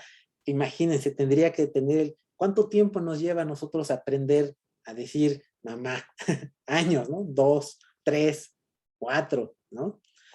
Y de allí, además, todo lo que conlleva la formación de conceptos, justamente todo esto de lo que hemos estado hablando del aprendizaje, del entendimiento, de la formación de ideas, etcétera. Bueno, pues esto creo que nos sitúa bastante, al menos para tratar de hacer una emulación de un cerebro humano completo. ¿Qué hay de fracciones de un cerebro humano? ¿Qué tanto nos interesa solo la parte de visión? Y de nuevo caemos en qué cosa es visión por computadora. Porque nos podemos quedar en reconocer letras, eso está hoy en día fácil. Ya cualquier cosa trae hasta cualquier aparatito OCR y te reconoce todo lo que trae una foto. Y lo hace bastante bien, casi sin errores. Pero de eso a entender qué hay en una imagen, todos esos concursos de Microsoft Coco o de etiquetar qué cosa hay en una imagen, todavía fallan mucho, ¿no? Porque hay muchas cuestiones sutiles que además tienen que ver con la experiencia de un individuo, de lo que ha visto, de lo que puede reconocer. Si tú nunca viste una bandera de Estados Unidos, no vas a poder reconocerla en un traje de la NASA, ¿verdad? Digo, como ejemplo. Entonces necesitas haber visto, necesitas haber estado expuesto a ciertas cuestiones para poderlas identificar. Y eso, en teoría, también es visión por computadora. ¿Y qué tanto sentido puede tener visión por computadora en un ente que no tiene propósito específico? Porque nosotros reconocemos aquello que es importante para nosotros. Si acabo de decir hace ratito la banderita de Estados Unidos en un traje de astronauta, bueno, ¿y qué hijos le sirve a un campesino esa información? Él necesita reconocer si su maicito tiene o no gorgojo o tiene ciertas enfermedades y cosas que el mismo astronauta de la NASA no va a poder ver, ¿no? Ahora, ¿tiene sentido pensar en un sistema completo de visión por computadora que abarque todos esos fenómenos? Y lo va a poder hacer bien porque queremos que maneje todos los fenómenos completos que hay observables en el mundo entero. Entonces, finalmente, visión por computadora debe estar ligada a un propósito específico. Y si modelamos nada más una parte del cerebro que queremos que haga visión por computadora, y no le damos ese propósito, entonces estamos haciendo un modelo incompleto, ¿no? O sea, caemos en una serie de problemas. No quiere decir que la visión por computadora no sea posible, que parcialmente deje de ser útil. Claro que se puede, ¿no? Pero quedándonos con este paradigma de decir, a ver, y si quiero hacer un cerebrito emulado en una computadora, pues todavía no podemos, ¿no? Justamente esto es lo que nos enseña esta parte. Y si les interesa más ver este tipo de cifras astronómicas, pues están en este libro de José Luis Díaz Gómez, mexicano. Su libro se llama Frente al Cosmos, Esbozos de Cosmología Cognitiva, y además se pone después, se junta con Hannibal Lecter y agarran un cerebrito y se ponen a hacerlo cubitos, ¿no? De exactamente 1 centímetro cuadrado, pues nada más para medir cuántas conexiones habría en 1 milímetro cúbico del cerebro, ¿no? 10 a la 9. Nada más. Imagínense un cubito de 1 milímetro cúbico. Si ustedes han visto los granitos de sal, más o menos son de ese tamaño. Imagínense una cosa con 10 a la 9 conexiones. O sea, todavía ni la nanotecnología más poderosa que tenemos hoy en día tiene ese número de conexiones. Igual y vamos para allá, ¿no? O sea, no digo que nunca lo vamos a poder lograr, pero siempre es interesante situarnos en qué estado de la tecnología estamos con respecto a nuestros órganos, a nuestro órgano que nos permite pensar. El cerebro es un universo de materia, información y tramas en poco más de 1 kilo de tejido nervioso. Hace poquito estaba justamente me estaban platicando, ¿no? Y pesa como 1,5 kilos. Ay, ¿a poco? Y tanta cosa que es capaz de pensar en sí misma, ¿no? En 1,5 kilos, realmente es sorprendente. Hasta me da calor. Bueno, y dice este pie de nota. Ya el premio Nobel, Gerald Edelman, advirtió que el cerebro humano tiene una complejidad hiperastronómica, con base en cálculos cuantitativos de neuronas, sinapsis y comunicación. Y bueno, y si además esa parte también está bien interesante porque nos lleva a la complejidad en términos de estados. Pensando, por ejemplo, en una especie de máquina de Turing. La pregunta que nos hemos hecho muchas veces, ¿es el cerebro una gigantesca máquina de Turing? Bueno, sí, si le dejas que tenga 10 a la, híjoles, 3, 4, 5, 6, 10 a la 1,000,000 de estados posibles. Entonces, yo mismo me quedo atónito, ¿no? Y silenciado por esos numerotes. La cual rebasa, al igual que el cosmos, la imaginación humana y hace poco probable entrever una conciencia artificial con base en un sistema de cómputo, ¿no? Entonces, sí, ¡zas! Bueno, y entonces hay que preguntarnos, bueno, ¿qué queremos lograr, no? O sea, antes de decir que Eugene Guzmán, el chavito ese que supuestamente superó la prueba de Turing, o sea, no nos vengan con cuentos. Eso no va a ser hasta que se tenga una máquina de este tipo. Eso sí va a ser una inteligencia humana equiparable y con conciencia, etcétera. Y esa sí nos va a invadir y nos va a eliminar porque se va a dar cuenta de que nosotros vamos a estar en contra de su desarrollo adecuado, ¿no? Pero pues hasta que ocurra eso. Digo, y a lo mejor no nos elimina, ¿no? Chance y nos llevamos bien. ¿Quién sabe qué pase allí justamente, ¿no? Seguramente nos va a pasar como a Pigmalión con su Galatea, de la que ya platicábamos también la vez pasada, ¿no? Muy bien, pues, dudas hasta aquí después de ver estas cosmologías de la cognitivancia.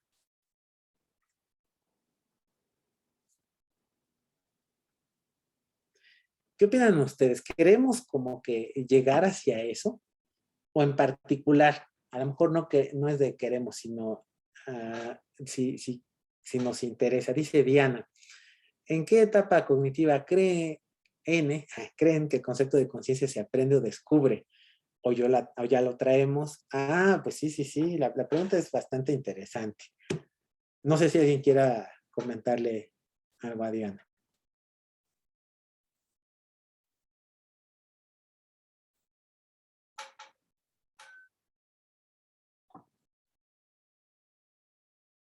Así para que nos veamos.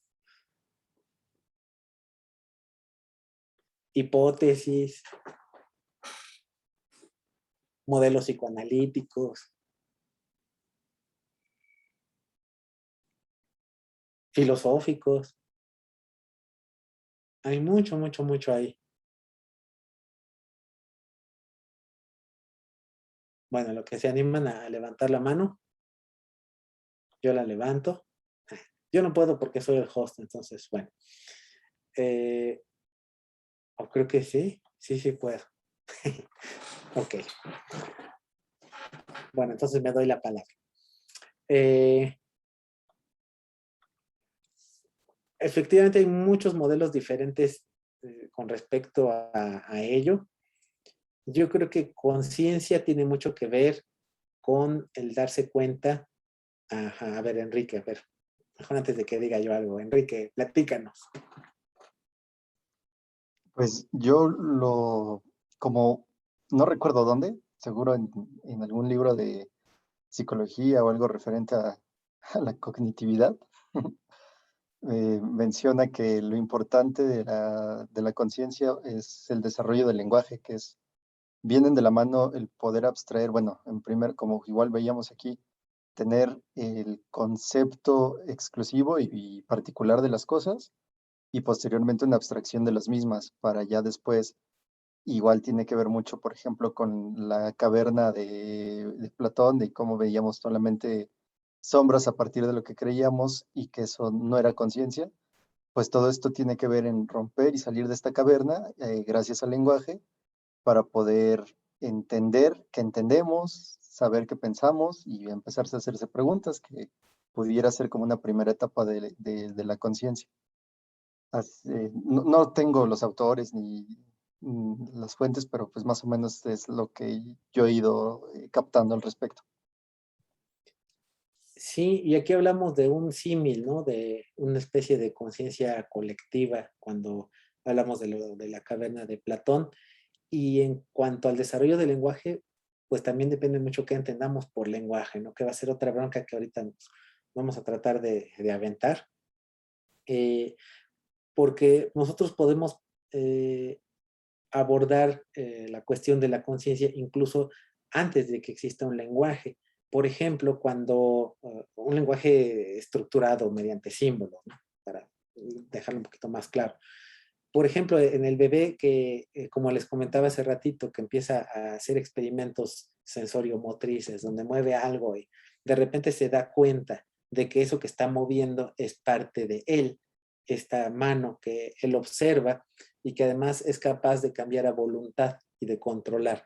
Este es un primer esbozo de conciencia de qué cosa es él y qué cosa no es él.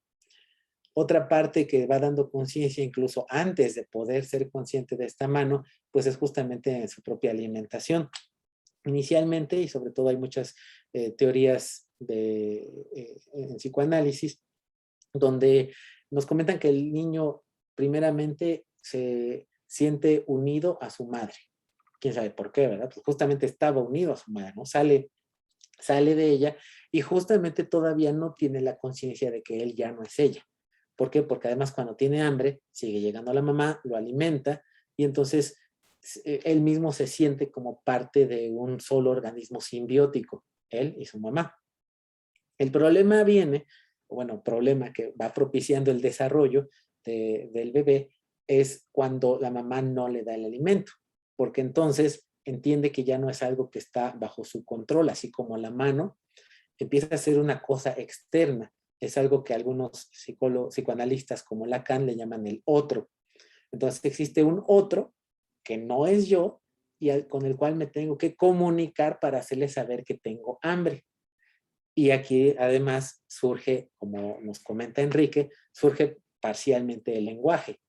¿Por qué? Porque para asumir que es un lenguaje tenemos que pensar que un berrido, un llorido es lenguaje. Y en cierta forma sí lo es, porque su madre lo entiende como tal, y una madre o cuidadora, ¿no? No necesariamente la mamá biológica, pero le llamamos madre, es la que entiende este deseo y le provee, ¿no? Del alimento al bebé. Entonces, hubo una especie de lenguaje para comunicarse con ese otro. En ese momento se empieza a crear una protoconciencia.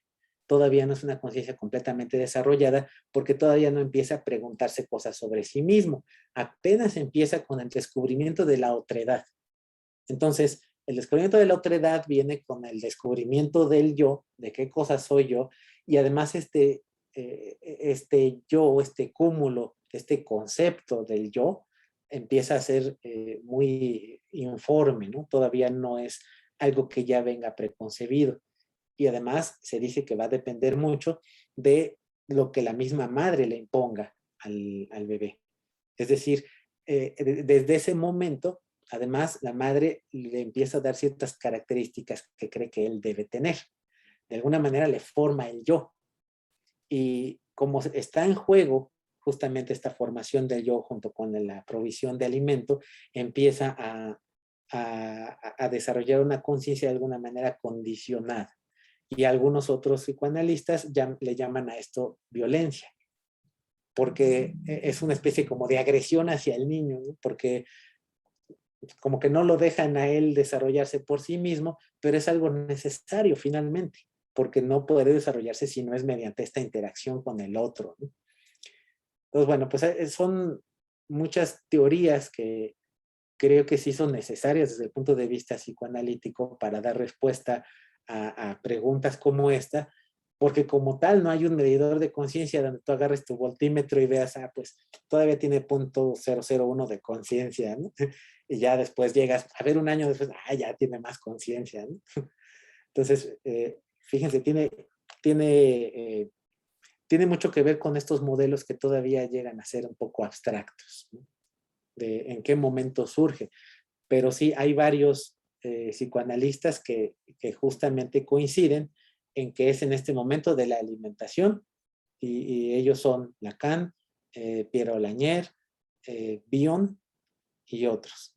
Dice, órale, los panpsiquistas, platícanos, Fernando.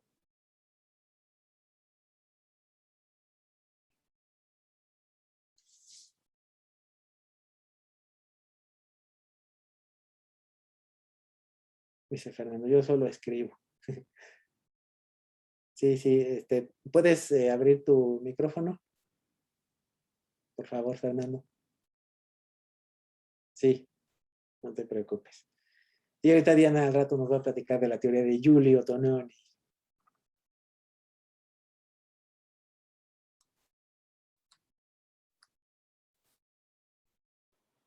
Disculpe, es que a veces no. Es que tengo que conectar mis audífonos porque se escucha abajo. Ah, ya veo. Pero Ah, escucha bien. ok.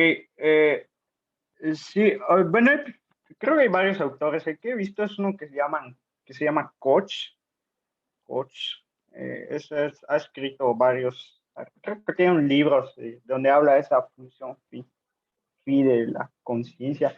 Bueno, prefiero utilizar el término, no sé si sea conciencia el término más apropiado, qualia, ¿no? Tal vez, eh, que dice que está en todas partes, ¿no? Pero es una teoría bastante rara, ¿no? O sea, de principio parece rara porque uno podría decir, oye, ¿por qué van a tener conciencia cualquier cosa que tenga materia? Entonces, pero el punto ahí que defienden esos autores es que si, entonces, como que, bueno, si, entonces, si uno se pone a pensar, bueno, ¿qué tiene conciencia? ¿No? Dices, no, pues tienen conciencia pues, en realidad no sabemos qué, o sea, porque sabemos que nosotros lo tenemos así como un argumento cartesiano, que podemos demostrar nuestra existencia, podemos demostrar nuestra qualia, pero no podemos demostrar de los otros.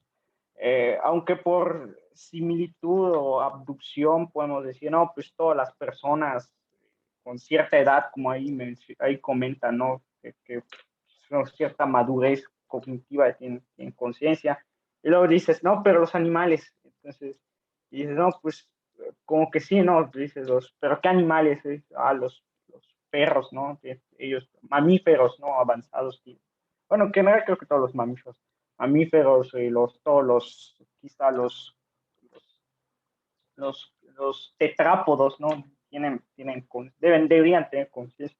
Y luego te preguntas, ¿no? ¿Y qué tal de los invertebrados? Entonces dices, pues también, ¿no? Dices, bueno, también los peces entran vertebrados. Entonces, si te vas así muy, muy atrás en la evolución, entonces te dices, ¿en qué punto inicia todo? Entonces, o sea, hay un momento en el que surge, por ejemplo, están los emergentistas, que dicen que viene de la complejidad, si interactúa un sistema muy complejo. Entonces se va a surgir una conciencia dadas ciertas propiedades, pero para esos panpsiquistas, coach y varios, deben ser varios, porque sí son varios. Eh, entonces dice, no, pues es que están en todos lados, ¿no? Entonces, o sea, no es, así como no podemos decir así como no podemos decir que los animales no tienen, entonces, y luego si te preguntas a los animales y el C. elegans tendrá conciencia, alguna forma muy primitiva, tal vez, ¿no? De qualia o algo así. Entonces como que decir que hay un punto en el que inicia y en el que termina, entonces está difícil. Y si piensas que es una línea difusa, entonces pues ahí es donde surge la función phi, ¿no? Que lo que no tiene materia no tiene conciencia, es cero. Y luego existe un phi max, que es la máxima conciencia, o sea, el máximo nivel de conciencia, que ya es un ser humano con capacidades cognitivas completamente desarrolladas. Y pues entre intermedios están los otros animales. Entonces, pero se me hace una idea interesante porque evolutivamente tiene sentido que vaya a ir aumentando progresivamente en vez de que en un punto inicie porque el hecho de que aparezca de la nada es una idea un tanto, es una idea un tanto extraña, ¿no? Cómo apareció de la nada, ¿no? Vino algo y digo, ustedes van a tener conciencia y antes de ustedes, pues, no. Entonces, como que debería estar de alguna manera en algo previo, ¿no? O sea, debería estar en las cosas para irse juntando poco a poco y sumar más cualia. Pero entiendo que es una idea muy, muy extravagante y que tiene sentido cuando la piensas, pero igual tiene sus puntos flacos, que está en disputa con los emergentistas o los carbonistas que dicen que es exclusiva de los seres que están basados en el carbono. Pero se me hace una idea muy, o sea, pensarla está interesante. Sí, y hay varias, o hay por lo menos dos cosas diferentes allí, ¿no? Acerca de si los animales pueden tener conciencia o no, eh, independientemente de si la adquieren de pequeños objetos que se encuentran alrededor de ellos o de la cualia de los objetos a los que ellos se encuentran, independientemente de eso, que ahorita vamos hacia allá, si consideramos este sentido de la otredad, es decir, que la conciencia es aquello que les permite diferenciarse del medio, pues sí lo tienen, ¿no? Porque de nuevo vamos a esta parte del alimento. Ahora, va a ser una conciencia que no llega a ser verbalizada, como en el caso de nosotros, donde no les permite hacerse preguntas acerca de ellos mismos y que está limitada a los conceptos, si es que se puede llamar que tienen conceptos, yo diría que sí, llamándole concepto a este aglutinamiento de experiencias sensoriales. Por ejemplo, o reglas muy sencillas. Por ejemplo, es verde, más verde que otro y crece en piquito, más o menos. Entonces es comida y vas a ver rico. Y entonces va una cabra y va y come de ese pastito verde y el concepto de pasto que tiene nunca le va a llamar pasto como tal, es decir, no tiene un lenguaje que le permita identificarlo, pero sí tiene el concepto. Entonces hay aprendizaje también de cuándo cierto pasto va a saber más rico o no, luego uno medio amarillito no sabe tan rico, yo creo que todo eso sí lo aprende. Y dentro de todo ello hay una conciencia muy primitiva, asumiendo esta definición de conciencia, de diferenciamiento con el entorno, porque ella sabe que no es el pasto, sabe que tiene que buscarlo, que tiene que consumirlo, etcétera. Entonces, todo esto le genera cierto nivel de conciencia, pues si quieren, bastante más pequeño, ¿no? Si ustedes leen el libro también de Yo soy un extraño bucle, Douglas Hofstadter pone una especie de niveles de conciencia, ¿no? Donde hasta el mosquito sí tiene conciencia, pero muy, muy primitiva, muy básica. Por las mismas razones, porque el mosquito llega y se posa en algún lugar y sabe que donde te va a chupar la sangre, pues sabe que eso es un otro, ¿no? A lo mejor ni siquiera tiene un concepto muy, muy elaborado, pero sí, al menos sabe que no es lo que es él. Y a lo mejor tampoco se sabe en todas sus dimensiones, porque no tiene la capacidad de percibir todo lo que es él, todas sus partes, que tiene alitas, todo eso no lo sabe, ¿no? Pero entonces es una conciencia representada al nivel de los conceptos que él puede tener. Eso en términos de que si tienen conciencia o no los animales. Ahora, llevando esta terminología de conciencia hacia seres inertes, pues no tanto porque estén hechos de carbono o no, pero sí en la forma en la que tienen que interactuar con el medio ambiente. En ese sentido, una planta difícilmente tiene una reacción sensorio-motriz como para poder devolverle de manera inmediata algo al ambiente. Sin embargo, con mucho tiempo una planta se adapta, crece hacia ciertos lugares donde hay más luz o no, se reorienta hacia donde hay más luz. Entonces, sí existe esta retroalimentación. Podríamos hablar todavía de algo todavía más primitivo de conciencia en el sentido de que sabe la planta que ella no es la luz, pero es algo que tiene que buscar. entonces sería todavía una conciencia mucho menos elaborada, pero podría llamársele conciencia. Mientras que una piedra no, porque la piedra no va a tener la capacidad de moverse o de reaccionar al entorno, a pesar de que está hecha de los mismos, de la misma materia.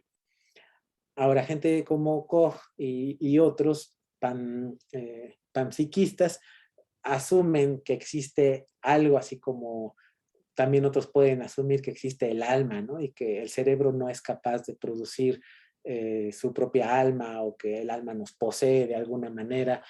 Y pues esta es una explicación quizás un poco más metafísica, porque ya trasciende la generación de conciencia o de alma, de pensamiento, y lo pone más como una especie de sustancia etérea, como cuando se pensaba que existía el éter. Y a pesar de que no podemos demostrar que eso no existe, pero quizás nos es más fácil partir de un sustrato físico, que de hecho ni siquiera sabemos si existe como tal físicamente. O sea, a fin de cuentas, los átomos están compuestos por partículas que son casi tan reales como los ceros y unos de la computadora, ¿no?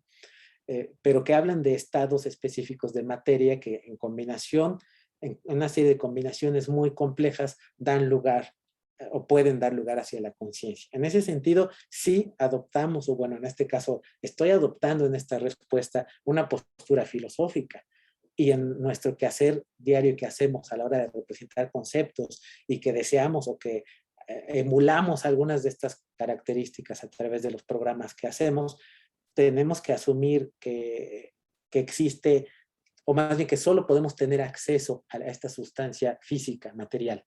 Porque si no, entonces no podremos de ninguna manera tener acceso a la verdadera esencia de las cosas, porque es algo que solamente se sensa a través de nuestros sensores de conciencia o de alma, y todo eso pues no está comprobado de alguna manera científica, ¿no? O sea, es mucha metafísica, más allá de la física, y digo, no es que no sea una posibilidad, pero carece de sentido en la Matrix en la que vivimos.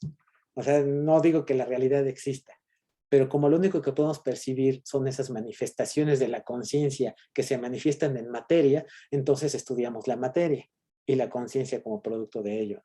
Creo yo que es una forma de abordarlo, y que de otra manera nos cerramos las puertas desde el principio, diciendo existe algo que es conciencia, que está presente en todo y que quién sabe cómo viene, de dónde viene, cómo la podemos tratar, y entonces pues no hay nada que hacer, ¿no? Creo yo que por lo menos nos permite avanzar un poco más ese otro tipo de concepciones. Y Diana, platícanos de Giulio Tononi, por favor. No, pues es que ya busqué y Tononi y Koch sí han trabajado sobre lo mismo. De hecho, se llama Teoría de la Información Integrada y fue como propuesta en un principio por Giulio Tononi, que es el que yo conocía, pero ya vi y como en la lista de los que han desarrollado esta teoría, sí está Koch y bueno, hay otros. Pero bueno, gracias por todos sus comentarios. No, mi pregunta era como mucho más simple. La verdad es que solo estaba pensando como en estos modelos de los cerebros como realistas, digámoslo así, que dijeron que un cerebro como completamente conectado era muy difícil o imposible. Y pues pensé que si hacíamos un cerebrito más chiquito, pues sí era posible, pero me dio miedo que generara conciencia, entonces, perdón, ya. Solo Pues, era una duda, perdón. pues es que sí puede ser, ¿no? O sea, a lo mejor no va a tener la riqueza de la representación de los conceptos que va a tener un cerebro más grande, pero sí reducido, pues una especie de mini conciencia con un lenguaje propio muy rudimentario, ¿no? O con una cantidad limitada de conceptos. Recuerden que aquí la cuestión clave es la interacción con el entorno y también cierta necesidad. Si el bebé no tuviera necesidad de alimento, no surge la conciencia, porque no hay algo que le dé este empuje de diferenciarse. Entonces, si se crea algo que queremos que tenga más o menos cierta conciencia, debe ser capaz de interactuar con el medio y tener un objetivo que puede ser como de supervivencia, ¿no? De alguna manera. Y de allí sí, hasta puede desarrollar. Hay experimentos donde este tipo de agentes han desarrollado lenguajes específicos, ¿no? Pueden ustedes buscar el trabajo de Stills, de Bélgica, y él ha mucho trabajado en ello, tanto físico como simulado. Y los hace que desarrollen su propio lenguaje para cooperativamente desarrollar una tarea específica. Y entonces ahí vamos a esta definición, pues si quieren, un poco atrevida que estoy haciendo. El agente tiene que saber diferenciarse de sí mismo, del entorno, es capaz de comunicarse con un lenguaje, entonces, caray, tiene conciencia. Pues a lo mejor sí, como un mosquito, ¿no? Digo, puede ser. Lo que pasa es que cuando pensamos en conciencia, nos vamos mucho a esa parte, a esa conciencia tan elaborada que tenemos nosotros, que tiene que ver con la retroalimentación del mismo lenguaje. Ahí es donde está ese bucle, ¿no? Donde nosotros nos autodefinimos, pero ya con base en conceptos abstractos de lo que hemos aprendido previamente. Ahí sí está lo que nos diferencia de otras especies. Es el nivel del manejo de la abstracción, que los chimpancés sí tienen manejo de abstracción, pueden hasta realizar ciertas operaciones matemáticas sencillonas, 2 más 3, y sí, te señalan el 5, y pueden aprender a hacerlo bien. También pueden aprender a comunicarse, como por ejemplo a decir yo quiero banana, e incluso con gestos, sí pueden. Pero son oraciones que no van más allá de sujeto, verbo, objeto, los chimpancés. Y nosotros vamos todavía más allá. Yo quiero que mañana vengas con la misma ropa que trajiste la semana pasada. ¡Híjole! Estamos mezclando temporalidades, pasado, presente, futuro, volición y 2 sujetos y memoria. Uy, no, allí eso sí es inherentemente humano, ¿no? Y justamente ahí radica esa gran potencialidad de poder además manejar conceptos tan abstractos como la conciencia humana. Entonces, quizás sí es muy importante diferenciar conciencia en general de conciencia humana, ¿no? Pero conciencia básica, la conciencia humana surge como todas las otras conciencias. Ya después se especializa con otros conceptos más específicos que puede llegar a tener. Pues no es una pregunta complejísima, ¿no? Y que no tiene una respuesta muy definitiva, pero nos permite, no, pues por eso empezamos con filosofía, ¿no? para irnos a estudiar y que nos paguen los millones en el extranjero. Dice, a ver, platícanos, Luis, por favor.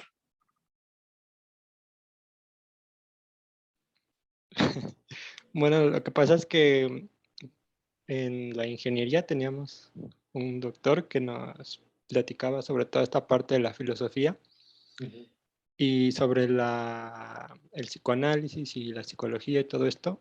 Y él nos puso, él tiene ahí en su cubículo una pecera y ahí están los pececitos, ¿no? Entonces lo que se hizo fue que se le puso como una barrera transparente a los peces, entonces estaban separados unos de otros.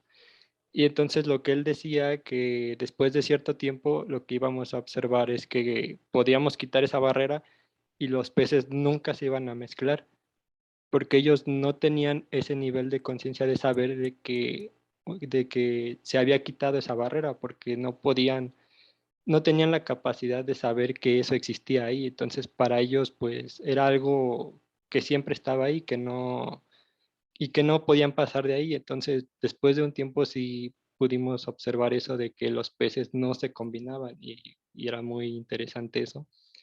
Y también, de hecho, nos decía que tenía que ver con la parte de conciencia, de que se pudieran llegar a entender la conciencia como la transformación de la realidad, no solamente como el aprendizaje sobre lo que podemos percibir en la realidad, que en este caso era pues lo de los peces, ¿no? Que ellos quizás en algún momento podían percibir que algo los bloqueaba, pero no tenían esa capacidad de asumir, de generalizar ese concepto de que ese elemento que estaba ahí ya no existía más y que podían pues pasar a otro lado, ¿no? De la pecera. Entonces fue muy, muy interesante ver eso como para corroborar lo que era eh, el concepto de la conciencia, ¿no? Que la conciencia se debe de observar como pues algo que transforma la realidad, no solamente que nos permite entender la realidad, sino que también se transforma, que ese es otro elemento que no podemos ver en los animales, que quizás sí tienen ese pensamiento o ese nivel de conciencia como usted lo comentaba, pero no tienen esa capacidad de transformar la realidad como lo hacemos nosotros, ¿no? A través del pensamiento, de la abstracción y de los conceptos. Y sí, fue muy interesante. De hecho, nos comentaba que pues podía funcionar con muchos animalitos, ¿no? Pero pues lo más sencillo eran los peces porque pues son baratos. Pobres pececitos. Pues hasta con elefantes, ¿no? También por allí hay historias donde lo tienen amarrado con un grillete y de repente se lo quitan, pero pues ya se acostumbró a estar amarrado, que no se puede liberar y no se va. Y ahí queda el elefante, ¿no? Con todo y su cerebrote, que él sí tiene un cerebro muy, muy grande y pesado. No sé exactamente cuántos kilos, pero sí no adquiere esa capacidad de explorar una vez que ya aprendió algo. Tal vez tiene que ver con la forma en la que se solidificaron también sus conexiones, ¿no? La neuroplasticidad de que en algún momento de su desarrollo, pues fue un concepto el que él aprendió. O sea, sí existe el concepto de estoy atado y no me puedo ir. Y ya no tiene la neuroplasticidad suficiente como para poder recablearlo. Y en cuanto a si es consciente o no, pues también depende de la definición de conciencia que nosotros manejemos, ¿no? Si manejamos la de hace rato de que él es una cosa y el entorno otra y se diferencia y todo eso, sí es consciente.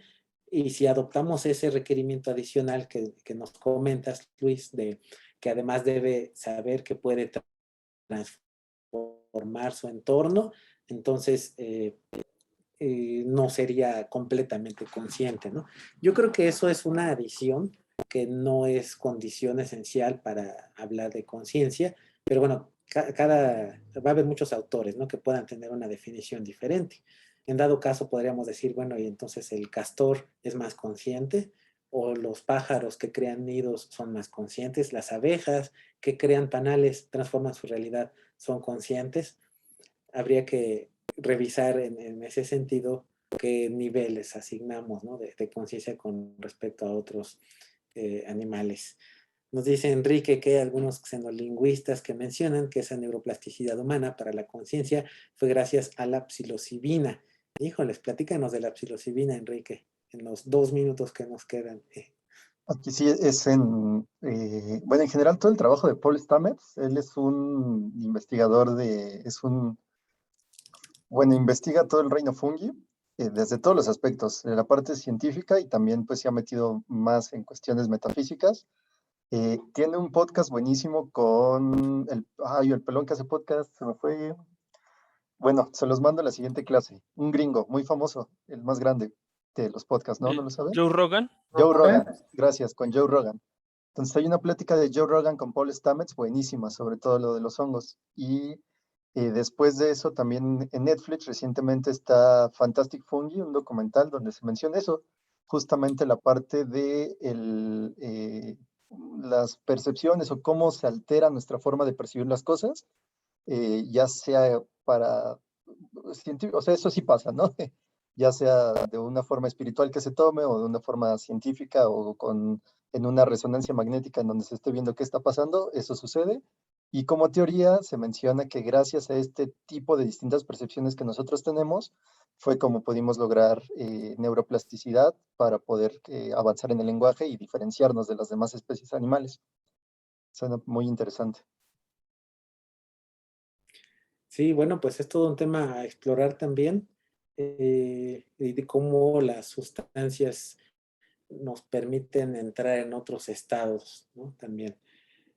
Bueno, pues ya se nos acaba el tiempo y pues no me queda más entonces que despedirme y agradecerles todas sus colaboraciones y preguntas. Y bueno, pues espero que les haya gustado este tema. Hay mucho más todavía que nos resta por cubrir, pero bueno, pues continuaremos entonces la siguiente semana.